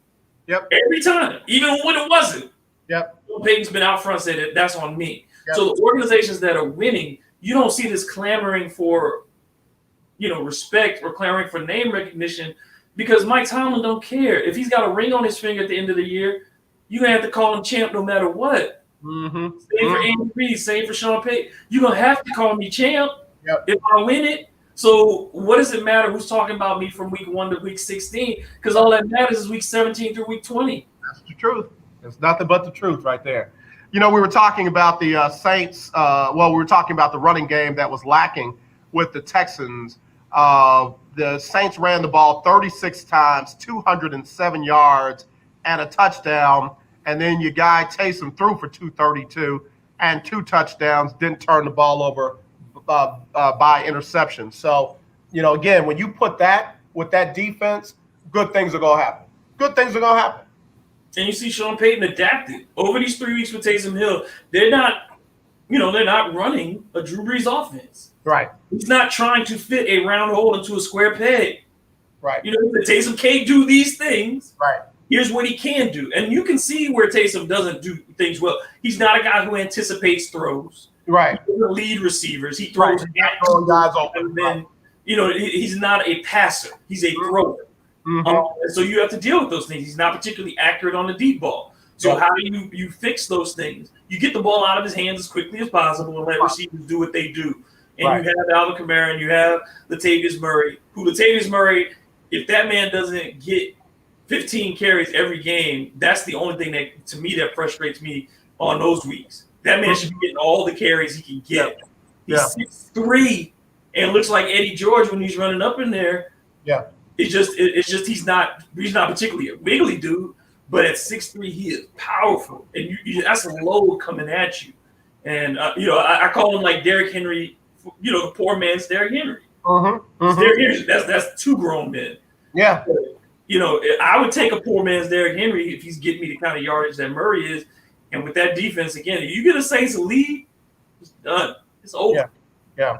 I said that they got a good chance to go 10 in a row with the Eagles coming to town Sunday afternoon at 3:25. Is that a trap game for them, knowing that they got to go, or let's see, no, they go to Philadelphia next Sunday at 3:25, and then they come home to the Chiefs after that. Is there worry for you about that Eagles game? Nope. Because Sean Payton knows that they have to get that bye. They cannot finish even with Green Bay because Green Bay beat them this year. So they have to get that bye. They are thinking every week, get the bye. Because for Breeze in particular, that bye is extremely important. You talk about a man with 11 cracked ribs. I don't care when he comes back. Yeah. It ain't going to be right. Right. And the last thing you want if you're the New Orleans Saints is to have to go to Green Bay in the winter with cracked ribs. Right. You don't want to be cold. It doesn't feel good. And having a hard time to breathe. You don't want all that going on at one time. And have that turf. Because I don't care. Yes, inside turf is not soft. But being outdoors in Green Bay, if you from Houston and you ain't been up to the Midwest in the winter and played on the ground when it's the winter, it's like rocks. It's like being hit landing. It's like playing in your on the blacktop. It's like playing football on the blacktop. It's that hard. Yeah. No, it's definitely a whole different deal. David Grubb, host of Heart in the Paint, joining me here on the show. We'll take a quick break. This segment brought to you by Butterball. If you are trying to get ready for your holiday and turkey is on the menu, then you want to make sure that you reach out to Butterball, 1-800-BUTTERBALL, or go online to butterball.com. They got all kinds of resources to help you. Let me go ahead and get a quick break, and we'll be right back right after this on the lunch break on the legendary KYOK and the all-new 92.3 FM. Hey, what's up, everybody? It's AJ Jones with the lunch break on the They can't keep Drew Brees off that field. You'd be surprised if Brees plays another down this year. They can't keep him off. They won't let it happen like that. Because if he doesn't play, that means he's coming back next year. That man will not let you do this to him. Drew Brees will not let this season end with him on the sideline. Yep. He just won't let it. It won't happen. Yeah, man. They got to let him come back and play. They got to. If he says and the doctors say he can go, they have to put him on the field. They have to. The fan base won't allow it. The ownership won't allow it. And Drew Brees himself, he might kidnap the entire quarterback room if they try to start somebody over here at the coach, if the doctors say he can play. That's like that Super Bowl with Peyton Manning in Denver. I mean, his arm was gone. You know, that should have been Brock Osweiler's game. Brock had just won, 5 out of 7 or something like that. And Drew was like, Peyton was like, I'm playing. Really, I have to get this. Peyton had to have it. His career needed that. Balls. He's throwing knuckleballs out there. And thank God for that defense. They had enough to win. Yep. It was all about that defense. Yeah, that's true. That is true. It's gonna be interesting, man. And they got to go up against Cam, and Cam didn't have players. Like that was the thing. Everybody would say Cam played a bad game. Cam, to get there, like people have to go back. Cam Newton's 2 seasons, the year he won the MVP and the year he won the national championship, go down as 2 of the greatest individual football seasons in the history of mankind. Tell him I said to hush. Tell him my brother AJ said for y'all to hush. Stand by, Doc. Don't say nothing negative about Cam. Lunch break, where sports are the special of the day on the legendary KYOK. You better come on here. You better come on here with the clubhouse stuff right there. Again, El Michelle giving us those drops right here on Media Monday, right here on the legendary KYOK and the all-new 92.3 FM. I'm AJ Jones along with David Grubb, host of Heart in the Paint, writer for CrescentCitySports.com. One of our brothers, Al High, said, I'm ready for the Chiefs-Saints game. Al, I'm going to give you the barbecue up there, man. The barbecue up in Kansas City is the best by far, but Saints going to hand the Chiefs that loss. They're going to send them with that L. They're going to put that L on them. It's going to be a good game. I haven't committed to nothing yet because the one thing that the Chiefs have that the Saints problem has always been, can you get behind them? And Tyreek Hill is that X factor. Tyreek Hill is the one thing that I worry about for the Saints. And like if they have somebody missing in that secondary, Tyreek Hill can make big plays on them. That's the one. I got to see how they look next week with the secondary. If everybody's healthy, we'll have a whole thing. But Ross and I'll get into it. When we get to the Dome Patrol that week, we're going to be real deep on the Chiefs. But yeah, Tyreek Hill is the one thing that I don't know if the Saints have an answer for. That's the one thing. The one. For the sake of Al High, just so I can keep it stirred up a little bit, I ain't worried at all. I ain't saying they're going to shut Tyreek down. I ain't saying they're going to shut Travis Kelce down. I just say they're going to win. Now, I say this. He's saying the Chiefs got a trap game against the Dolphins. That ain't even a trap. That's a straight-up tough game. Yeah. The Dolphins are not going back down to anybody. Yep. That's not a trap. This is a tough game. Okay, so low-key underrated coaches for Coach of the Year. Yeah, Brian Flores right there. Yeah. Brian Flores it should be right in any conversation for Coach of the Year. I'm going around. Maybe Buffalo coach, maybe. Nope. Oh, it's because the New England fall off. Okay. The New England fall off changed everything. You're also in the Jets are so bad. New England is mediocre. Like your rise coincides with failure. Right. So the whole thing is like Flores started showing last year that he was building something better than people had thought. And that has carried over the way that defense has continued to play this year. Yeah. Buffalo was what they were. Are they better than they were last year? Do you think it was better? They're about the same. When you add in the drops of the Jets being horrifically bad and New England dropping off, let's see. Okay, I knew Willie was going to be where I was going next, Willie. The other person that Kevin Stefanski is in there, that conversation. Sean Payton is going to be in it. Sean Payton is going to be in it. I think Sean Payton does he even have a Coach of the Year award? I don't even know if Sean has one. Yeah, I don't think he does, but that's why I say low-key undercover. Sean Payton is one of the usual suspects for me.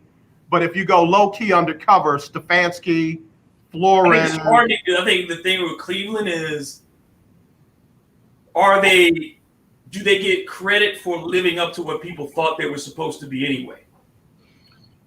Everybody thought they were like you had an abundance of riches. Yeah, you might be disappointed last year. Yeah. Do you get it as a team? Right. You taking over that team. Right. Do you get? I don't know if you'll get enough bonus points. You know what I'm saying? Like, is your story good enough? Because that's what these folks start coming into. Is that came in and made the ingredients work. But is that going to be a better story than let's say if Mike Tomlin goes 15-1? Are you going? You know what I'm saying? Is that a better story? Is it a better storyline with if Sean Payton goes 14-2 and had Drew Brees sidelined for 5 or 6 weeks again? Is that a better story? See, that's why those things all play into it. I put Tomlin, I put Andy Reid, Sean Payton. I don't think you give it to Andy Reid this year. Right, that's what I'm saying. But I put them in the usual suspects for Coach of the Year. But Sean Payton never got one. And see, that's the thing. I got you. And like I said, the story of doing it without Brees. 15-1, 16-0, you got to give it to him. You got to give it to him. That's the storyline is so important when it comes to these votes for Coach of the Year. Right. Because there's no criteria for it. That's the whole thing is there's no criteria. That's true. So it becomes a lot about what people remember. The Browns will be they can be great, but they're gonna finish second in their division. Right, you're right. So you know what I mean? That's the whole thing is people will say, well, you're second in the division. You were supposed to be one of the top 2 or 3 teams in their division every year, for the last 3 years. People talking about you. So for the Browns, I think it's what they've overcome. Like, what are you going to say they overcome? Because everybody knew they had a whole bunch of talent. They overcame themselves. Right. So for Pittsburgh, you say, well, Roethlisberger was hurt last year. They are still undefeated. All thing things playing for Pittsburgh that make it a better story. So that's why I'd say for Cleveland, he'll get votes, but he'll get a lot of those third place votes. That's what it happens. You get that third place vote as a courtesy. You got to do it one more time, and then you get the vote. Right. That's why I say Brian Flores has got to get votes. If he doesn't get votes, I'm mad at everybody in the league. That all the writers are mad at all of them. I'm gonna call some names. I'm mad. Because if anybody's talking about giving votes to, what's your boy up in New York in the Giants? Because if they get the Giants, if he gets the Giants, no, you don't get any votes for that because that's just a battle of attrition. Somebody has to win the East. Like you can win the East. They only need more wins to lock the East up. Let me say something real quick. Todd Malcolm sent me a thing talking about what great job. What's his name? Joe, Jeff, Bill Judge. I don't care. Yeah. I don't want to know his name. Judge Joe Brown is what they call him on the internet. All right, so good. He's doing it without Barkley. He's doing it with mediocre quarterback. He's doing it. They beaten. I mean, at the end of the day, they beat Seattle. But we talked about Seattle too, haven't we? We said Seattle has a very good offense, but they're inconsistent, and that defense is suspect. Yeah. And Seattle was not the best. I don't think since probably about week 5. Have we really talked about Seattle much? Yeah, no. Have you been impressed by Seattle, particularly over the last month? Yeah. No. So I don't give it a lot of credit for that. When you look at the other 4 wins, it came against all bad teams. You beat Washington twice. Yeah. Like, come on, man. I'm just not a fan. I'm sorry. And can I be petty for a second? I mean, I'm never petty. So can I be petty for a second? Sure. I'm so glad that Cliff Kingsbury ain't gonna win it. I mean, I wanted Arizona to do well. I'm a big fan of Murray. I'm a big fan of DeAndre, and I appreciate Kenyon Drake. Everybody loves Larry Johnson. I mean, Fitzgerald. But I'm still not going to sit here and let folks give Cliff Kingsbury credit. I'm not. I'm sorry. Call me whatever you want to call me. I'm glad he won't be in the discussion. So, light me up. Light me up. No, I ain't got no love for Cliff Kingsbury. You got that. Show us your Cliff Kingsbury T-shirt. Go ahead and show it. No, I'm not a recruit's mom. Wait, bro. Wait, man. I got to take a break, fortunately, because you just made me laugh. We'll be right back with more right after this. We got to switch over to the NBA. Rockets made a move, and another dude has a seeing eye disease. He can't see his way to practice. We'll be right back right after this on the lunch break on the legendary KYOK and the all-new 92.3 FM. Let's hear it. I'm Mayor Sylvester Turner. We need to be mindful of everyone's health and safety when planning family gatherings. Make a plan and share it with your guests. Get tested at one of the many free testing sites within the city. Wear your mask, wash your hands frequently, and social distance, so you can enjoy your time together with peace of mind. Protecting our loved ones is the most important thing for all of us.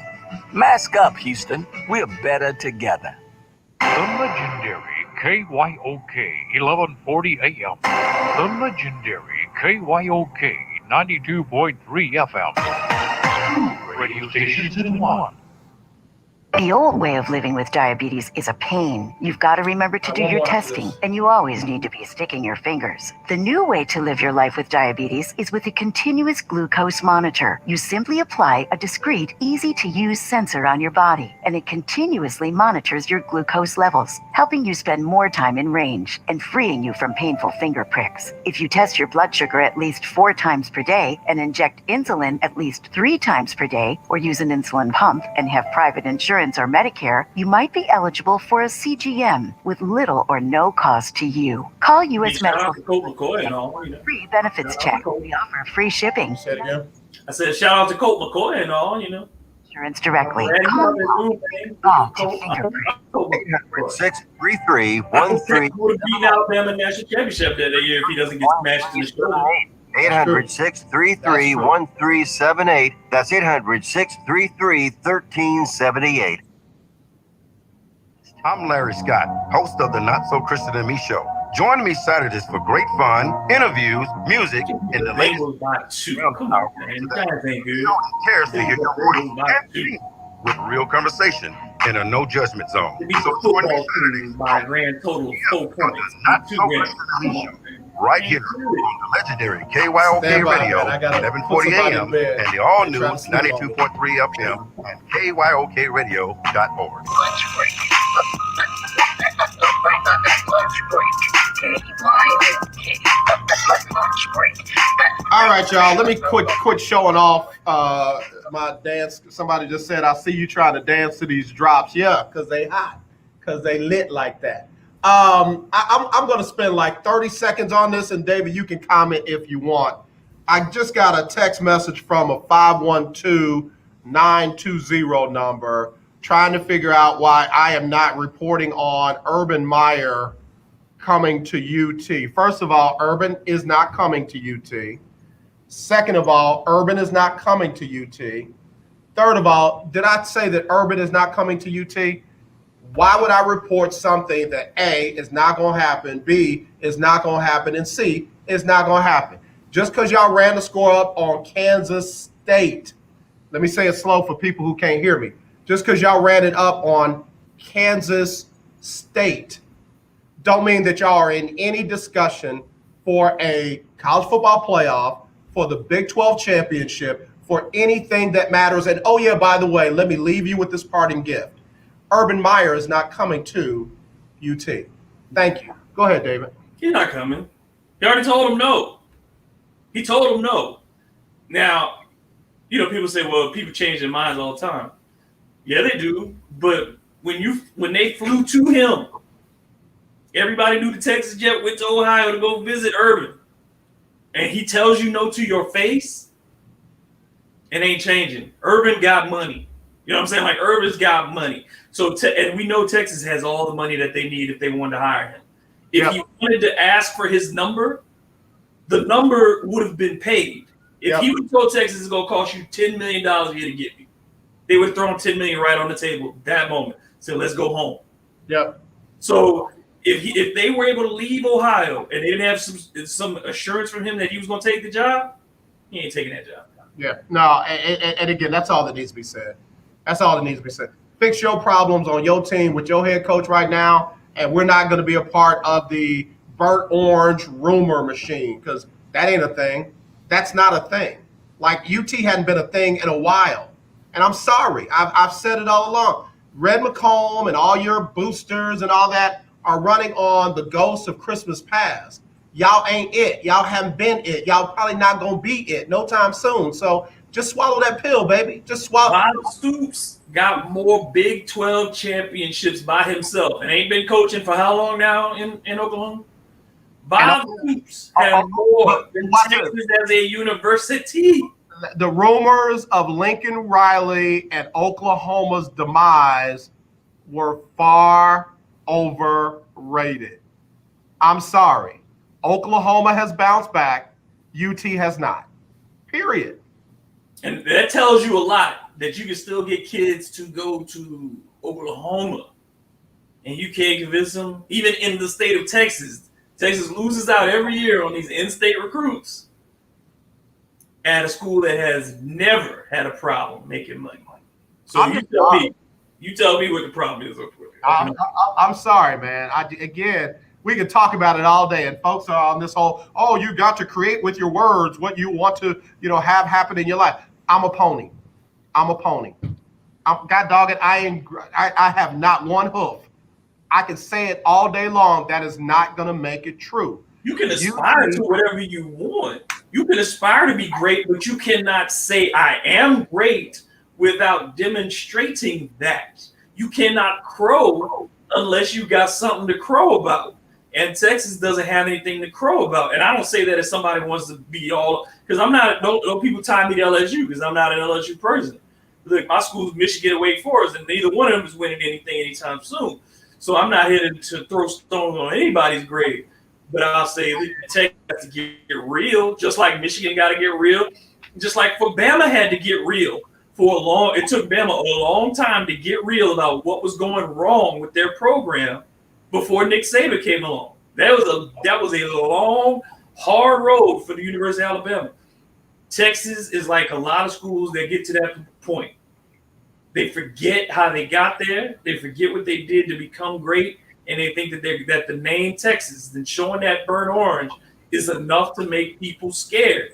And it's not anymore. Kids don't care about the name Texas. They don't care about any of these universities' names. It's about what can you get from me, which is what they should be saying. They should be asking, are you going to get me ready for my life after this? Are you going to make me a champion? If you can't answer those questions in the affirmative, they don't have time for you. All I'm going to say is this. Texas ain't getting them to the NFL in droves. They're not. And how many Texas have last year? One? I'll spread the love. Tom Herman ain't doing it. Charlie Strong didn't do it. The last person to do it, and he didn't even do it in his latter years, was Mac Brown. Yeah, Mac Brown quit on recruiting 5 years before he was fired. He quit on recruiting. He picked up another sport. I'll leave that alone. I'll leave that alone, Mac. I'll leave that alone. I'm glad he's back in North Carolina. Glad to see they're doing well. The man can coach. I'll give him that. But anyway, let's leave that alone. Let me just bury him. You got losses against TCU, Oklahoma, and Iowa State. You beating UTEP, Texas Tech, Baylor. Nice win against number 6 Oklahoma State. They're overrated. Barely beat West Virginia, and you crushed Kansas State. Great year. Good job. Have a seat. All right, so now let's get over to the NBA. Rockets made this big move, trading Russell Westbrook to the Washington Wizards in return for a guy who hadn't played in over 700 days. Coming off of an Achilles injury before that, coming off of a ACL, MCL, PCL kind of deal. But I got to tell you, the video that I saw of him at practice looks really good. Didn't look like he was having any laboring problems with his legs. And he looked as quick as he has ever looked before. And I saw him pulling up from the three. I saw him pulling up from the three. And, that ain't never been John Wall's game. But I'm just saying, if he can add 1 or 2 of those a game, no more than that. Don't be trying to give us 15, 20. Give us about 3. I don't know, man. I might like it. I'll say this. I think James Harden, separate from the rest of the situation, is missing what the Rockets have actually done, because they've done a better job than I thought in reconstructing the roster. Once it was decided, because the only place for Russ to go was Washington, and the only place for John Wall to go. Nobody else could match those salaries. Right. Nobody else was going to take the chance on either one of them in that regard. Right. So if you're James Harden, you get back John Wall, who was at his best and a great defensive player, maybe the best shot blocking guard that we have seen in a very long time. Certainly was a great on-ball defender. Was an all-star 4 times. This is a dude who took Washington to the playoffs 4 times. So I would say to get John Wall and to look around the rest of it and say, Christian Wood can run the floor. He can score in the paint. He can shoot the 3. He can block some shots. He needs to continue to develop. He's not a finished product, but he can do all of those things. You keep PJ Tucker, and you know what he can do. He can defend. He can hit that corner 3. John Wall creates a lot of corner 3s over the course of his career. That's what he was really good at, was creating corner 3s. Well, that's where PJ Tucker lives, on the offensive end. So you have these things. If you're James Harden, what are you freaking out about? Because you got back most of what you had last season. The thing that Russ didn't like, or whatever, however you and Russ didn't get along, well, that's over. John Wall has something to prove. And so what's the deal? Steven Silas is in this weird position, but I'm not dissatisfied if I'm him, because Russ, you couldn't tell me if Russ was going to be healthy this year or not. Right. He looked healthy in the bubble. He had no explosion. He wasn't finishing at the rim. You knew he couldn't shoot. He's the worst 3-point shooter in the history of the NBA with anybody with as many attempts as him. John Wall could be worse at those things than Russell Westbrook. Does that mean that Russell Westbrook, again, is a bad player? No, but you are getting back. If a guy is healthy, he's an all-star level player. And at the very least, even if he's only 80% of what you got, if you get 17 points a night and 8 assists and a steal or 2 out of John Wall every night next to James Harden, and with the other talent you got, you can get 15 to 20 minutes a night or reasonable out of Boogie Cousins too. Play, man. Play. What's Houston was going to take a step back this season no matter what into the glob of teams that's after the top 4 in the West. Yeah. So, but if you're going to be competitive, at least you have something now that at the All-Star break, there may be value for you, James Harden, to go somewhere else because you're not getting traded today. It's not happening. The value for you does not exist at this moment. So let's touch on that, David. And real quick, Larry Larry Williams, who is a NBA agent, manager, and agent. He says that the team will sink or swim on the play of Boogie Cousins. John Wall's job is to keep him focused. I was going to say, and I want to come back to the James Harden thing, the names that jump out at me as X factors. Of course, Boogie Cousins, okay? Christian Wood. And then there's I'm putting John Wall and James Harden over in those same 2 categories. I'm putting them over in the same.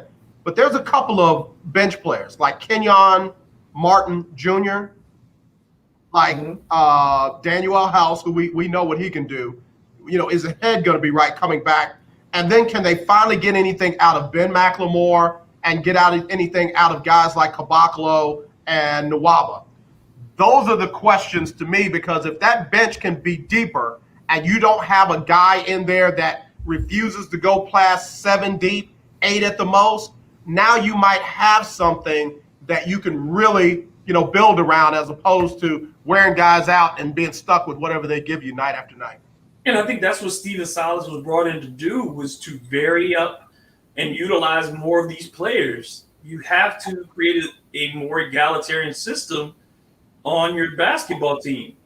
Everybody has to feel like they have a stake in winning, right? Not a stake in creating somebody else's win. Yeah. And I think that's the big cultural problem that people felt with the Rockets. That's why so many players spoke out, because they felt that the culture was built around catering to James.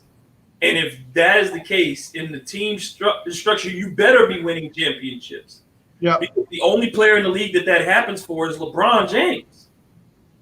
That's it. He's the only player in the league who teams will bend to his will. And he can say that because he keeps getting you to the finals.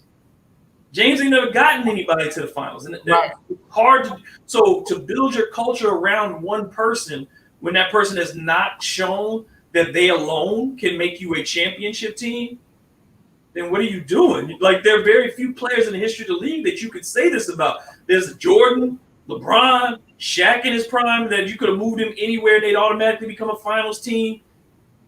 That's not James Harden. So you have to have a culture where everybody is invested in the win, and not that the team is invested in the guy. We have to, at the end of the day, what are we doing? We are rooting for laundry. Are you rooting for the James Hardens, or are you rooting for the Houston Rockets?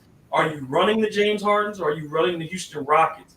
And to be the best Houston Rockets team, you got to know what 10, 12 of those guys can do on a nightly basis. And they can't feel like they're just going to be there waiting for somebody to hope that they get, some time. Yeah. I got to tell you, I feel like James Harden is trying to force his way out of Houston. Am I crazy? It feels familiar. Like in New Orleans, we were talking about, it was like when Steven Silas said you got to go ask the player and talk to. That's the stuff we heard when Anthony Davis wanted out. Those are the things that start. And now James is doing it in a worse way than Anthony Davis did, if this is intent. Because when you just start not showing up to stuff and telling people, like, my thing is, I'm right around the corner. I'm going to be there. That perpetual friend that we got that's always right up the block when you need him to come pick you up. That's James Harden telling the Rockets right now. And if you're going to do that, you're hurting yourself, dude, because you're messing up the market for you. And there already was a limited market. Yeah. Because of his salary, there's a limited market. No one wants to take him on right now. And at that, if I'm the Rockets, I'm not giving you that because, like the Pelicans did, it didn't make sense to give him away with 2 years on his contract. James Harden got 2 more years. Yeah. I'm not giving you away when I got you under control. Right. Yeah, I mean, I think he's going about it in the worst way because the whole I'm not there, and then there's video of you being somewhere else. You know, you're supposed to be at a workout the next day, and you giving out honey buns to, your rapper little brother. And This morning, 4 a.m. this morning, they're taking pictures of him in Vegas. Come on, bro. Do a phone call real quick. Hello, you're live on the lunch break. Who's this? It's L Dub, man. How you doing, brother? I'm doing well, L Dub. Hey, brother, add some value to this conversation. No, Mr. Grubbs is correct in all of his assessments. But the two major themes are the new coach, who is Coach Silas, who doesn't have the same demeanor that the old coach had. D'Antoni. Yeah, that D'Antonio had. He definitely he's the X and O guy from his dad, man, from the old school. So he knew, and I'm quite sure he had a lot to do with the trade. He talked and he said there's no way he could handle both James and Russ. Just like Mr. Grell was saying when they said that's their team and he's only one coach that's new. He's going to look like the outcast. So he had to bring in new blood and tell John Wall, everything he expected of him so that he would have someone else to be exactly like him, new, wanting to win and ambitious about the whole team. And that was the thing. And they also brought John Wall in seriously because they know who Boogie Cousin is. It's going to be hard to keep Boogie Cousin from getting upset with James if he doesn't pass the ball, when he thinks he's open and he's going to stop running. But that's where John Wall comes in to keep him focused and tell him, hey, let's look at the big picture, man. And John are giving the ball, when James don't. Yeah, all joking aside, I have been in the locker room where we've seen Boogie go to have a conversation with somebody who wasn't playing within the guys of the offense and wasn't getting the ball to Boogie when he was open. So hear me when I say I know that what you're saying is accurate. Yeah, you're right. Well, Larry, I appreciate you. Real quick, man, you've been on the agent side.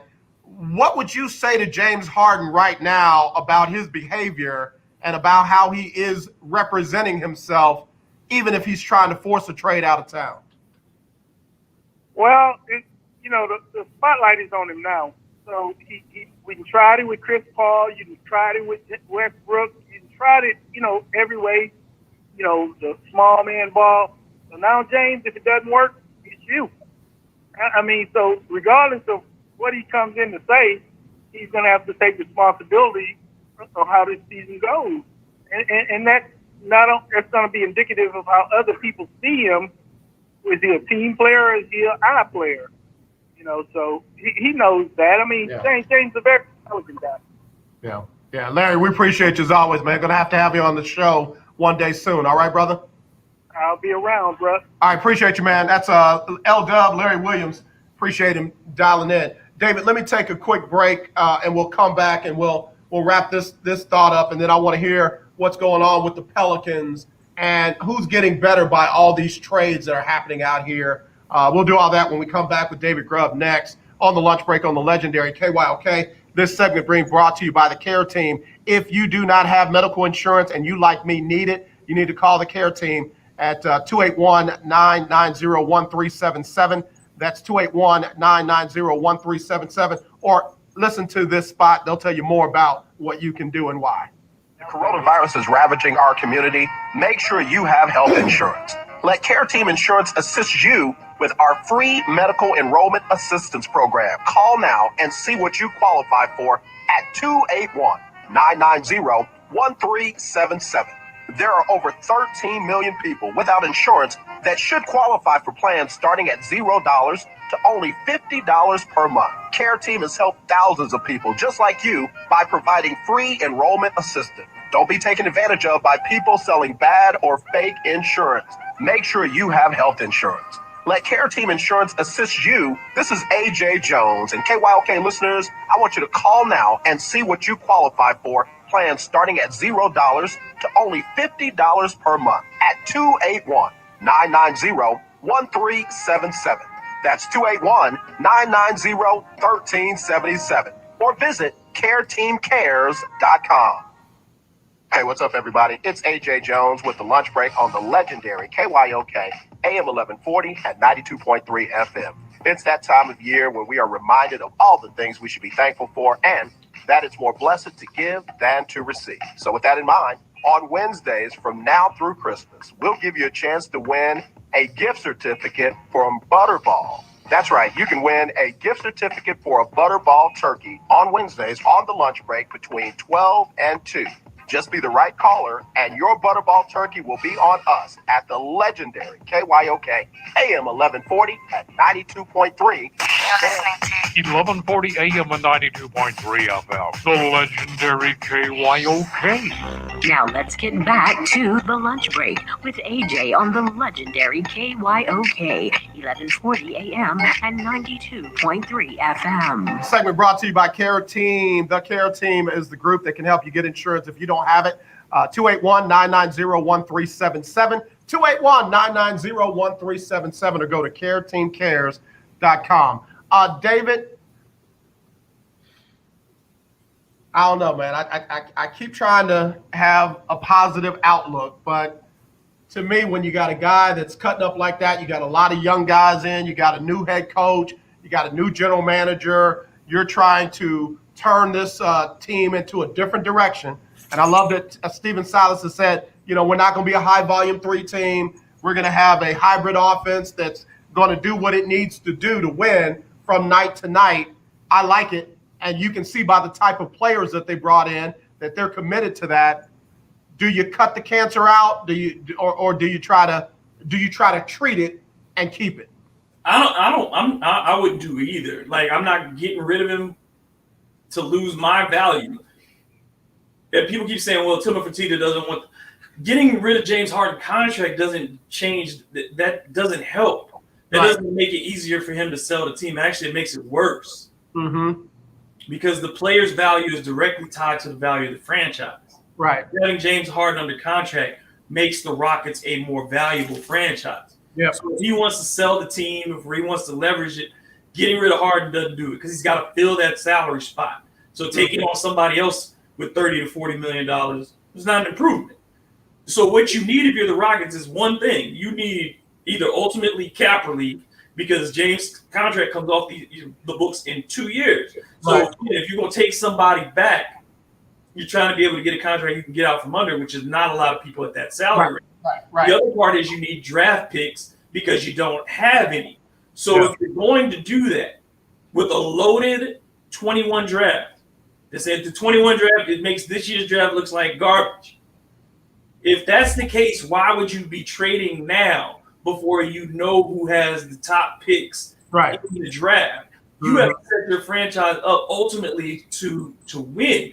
And just getting rid of James to get rid of him doesn't do it. Can you bench him? Maybe. But again, you run into the same problem you had with Anthony Davis, is that if he says I'm healthy and I want to play, I got to play. But if James says he doesn't want to play, then maybe you do what the Knicks did with Stephon Marbury and you say, cool, you don't like it? Now, I didn't agree with the way the Knicks did it because that was Mike D'Antoni messing up. Yeah. But if in this case James said, I don't want to play here, cool, you don't have to play here. And we will pay you. But you ain't playing and you ain't leaving. And then your value, let's watch how you feel when next year, because I can still get these number 1 picks for you because somebody's going to feel that you're worth the risk. So why am I going to let you bother me either way? Yeah. NBA trade deadline March 25th. And by then, you'll know something. You'll know who really needs him. You'll know where you might want to send him and what you can get back. You'll know something by March 25th. Because I think, honestly, it would have to take maybe 3 teams to make the deal work. Because this might not be a straight up deal. If let's say, because people like to tie it to Philly the most and say Ben Simmons for James Harden. Okay, Ben Simmons and who? Who else are you getting back? Because you're going to have to take on more than Ben Simmons' salary. And then if you're doing that, are you going to get good picks from the Sixers? Because the Sixers, they don't have any picks. That's true. Sixers have given their picks away over the last few years to get people. So what are you going to do with them if they can't provide? So you got to find another partner who has picks. And that team, those teams are limited Because who's got all the picks? Oklahoma City, New Orleans, and neither one of them is going to ask for James Harden. Right. Why would the Rockets bring in Ben Simmons given what they got in John Wall? You have to decide that you're moving Ben Simmons to the 4, and it have to be permanent. You got to say, Ben, you are no longer playing guard for for anybody. I'm not a big Ben Simmons person. I'm not high on Ben Simmons. I think that Ben Simmons, people like to talk about. I mean, to me, he's a longer version of Lonzo Ball. Mm-hmm. And we're talking about Lonzo. We're not talking about Lonzo as being a guy that you move heaven and earth to have. The only reason we're saying this because Ben Simmons is 6'10". But what has he done? How is he better today than he was when he came into the league as the number 1 draft pick? Is Ben Simmons markedly better at anything today than he was on the first day he got to the league? I'm thinking I'm going to say no. Is that the right answer? He's never been an all-star, right? No. Never been all defensive team. Never made an all NBA team. So tell me then, if you're going to give up James Harden, who has been all of those things, right, including an MVP, if you're going to give him up for Ben Simmons, are you telling me that's equal value or even close to it? Because you look at the Anthony Davis trade, and if that's going to be your barometer, the Pelicans got back at least one all-star in Brandon Ingram. And they got enough draft picks. And though those may not end up being great draft picks because of the Anthony Davis and LeBron James extensions, those are still draft capital through which to either get more talent or you still have cheap end of the first round picks that you get to hold on to as your roster gets more expensive. So if you're going to, the deal has to be used, there's got to be multiple ones involved if you're giving a woman away. And there's got to be a talent, at least one guy that you know for sure is an all-star when he steps on the floor for the Rockets. Yeah, I got you. Tell me what's happening in New Orleans, man. What are the Pelicans looking like? What can we expect under new head coach? Oh, God.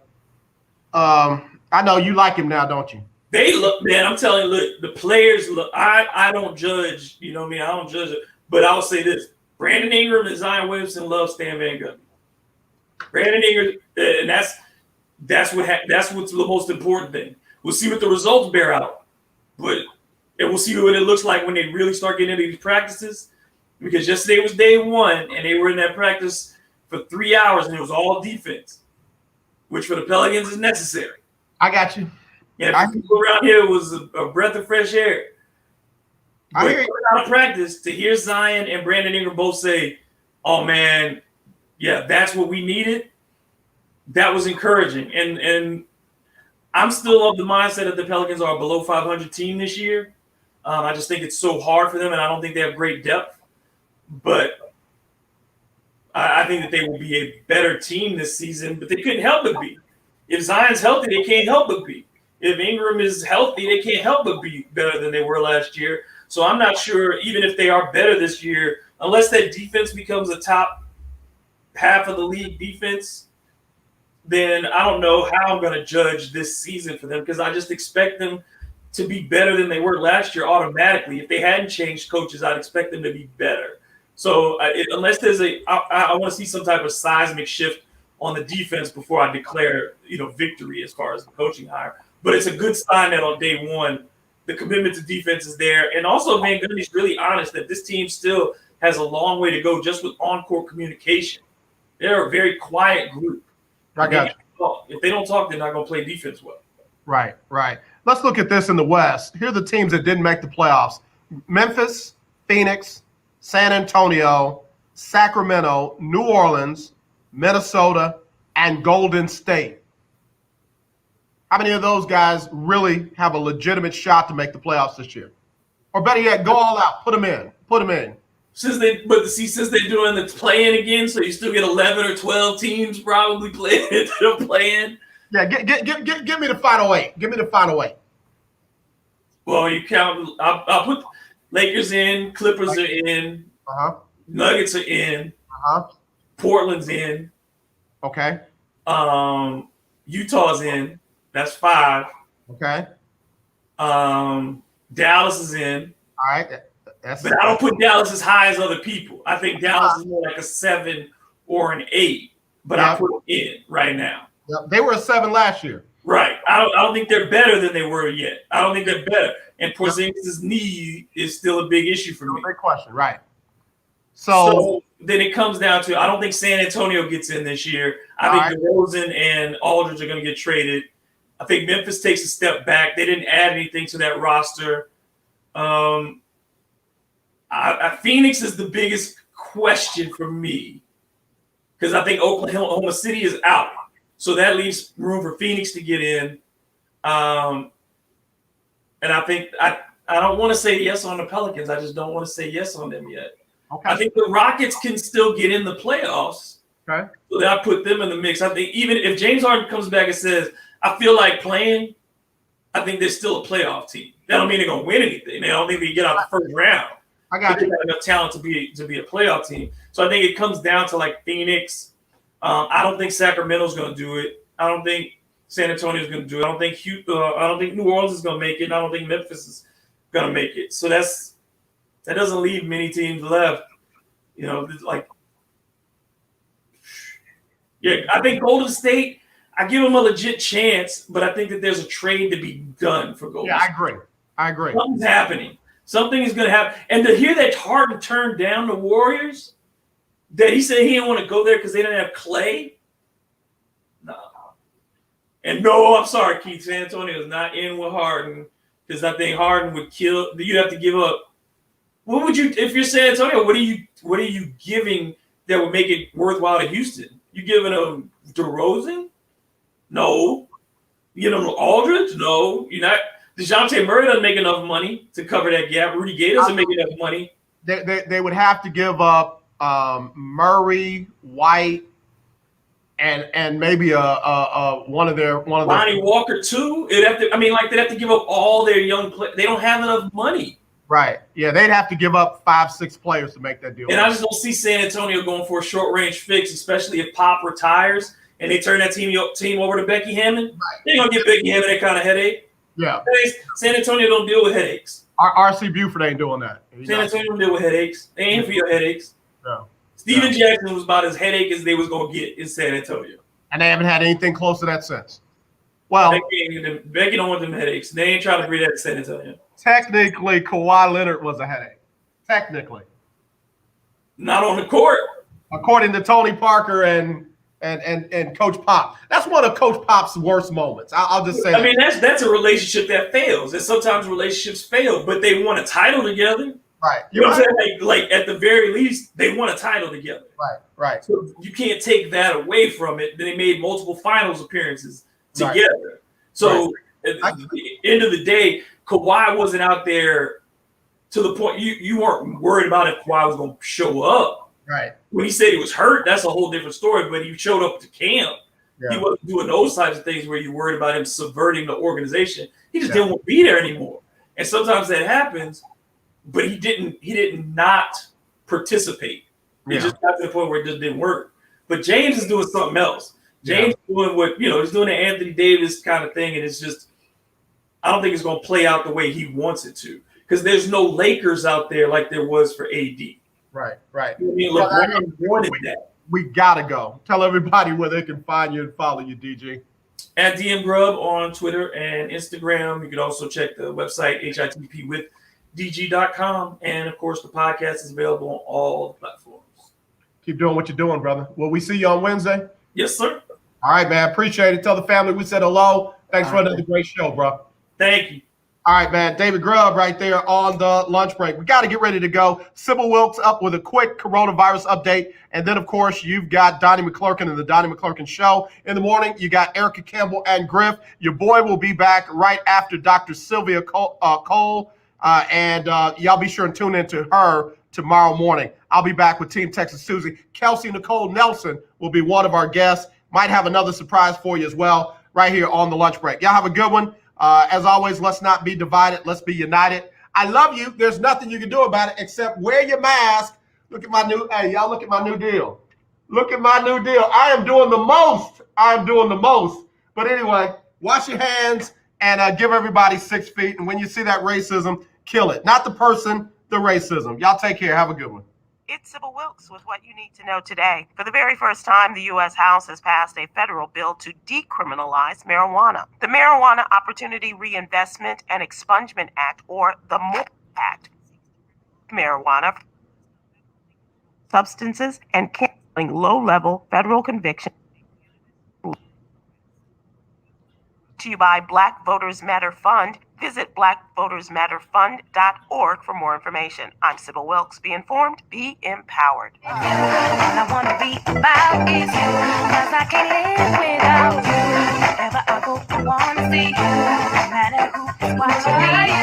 Every day that I wake up, you, 'cause I can't get enough of a lot of people calling me, trying to get that. The legendary 1140 AM KYOK Conroe and 92.3 FM K222CX Houston. All right, y'all. I hope y'all enjoyed the show. So good to have David back. Great, sports discussion, let alone basketball and football. If you get a chance, share the show today. I think somebody, sports fan in your life, might enjoy it. And again, got great guests coming tomorrow. Really looking forward to having Kelsey Nicole Nelson, and quite possibly I'll have another surprise for you. So as always, let's not be divided. Let's be united. Y'all mask up. Hold on. Let me do it again. Mask up. I love you. There's nothing you can do about it, all right? All right, y'all take care. Talk to you tomorrow. Like my mask? Y'all like it. You know you like it.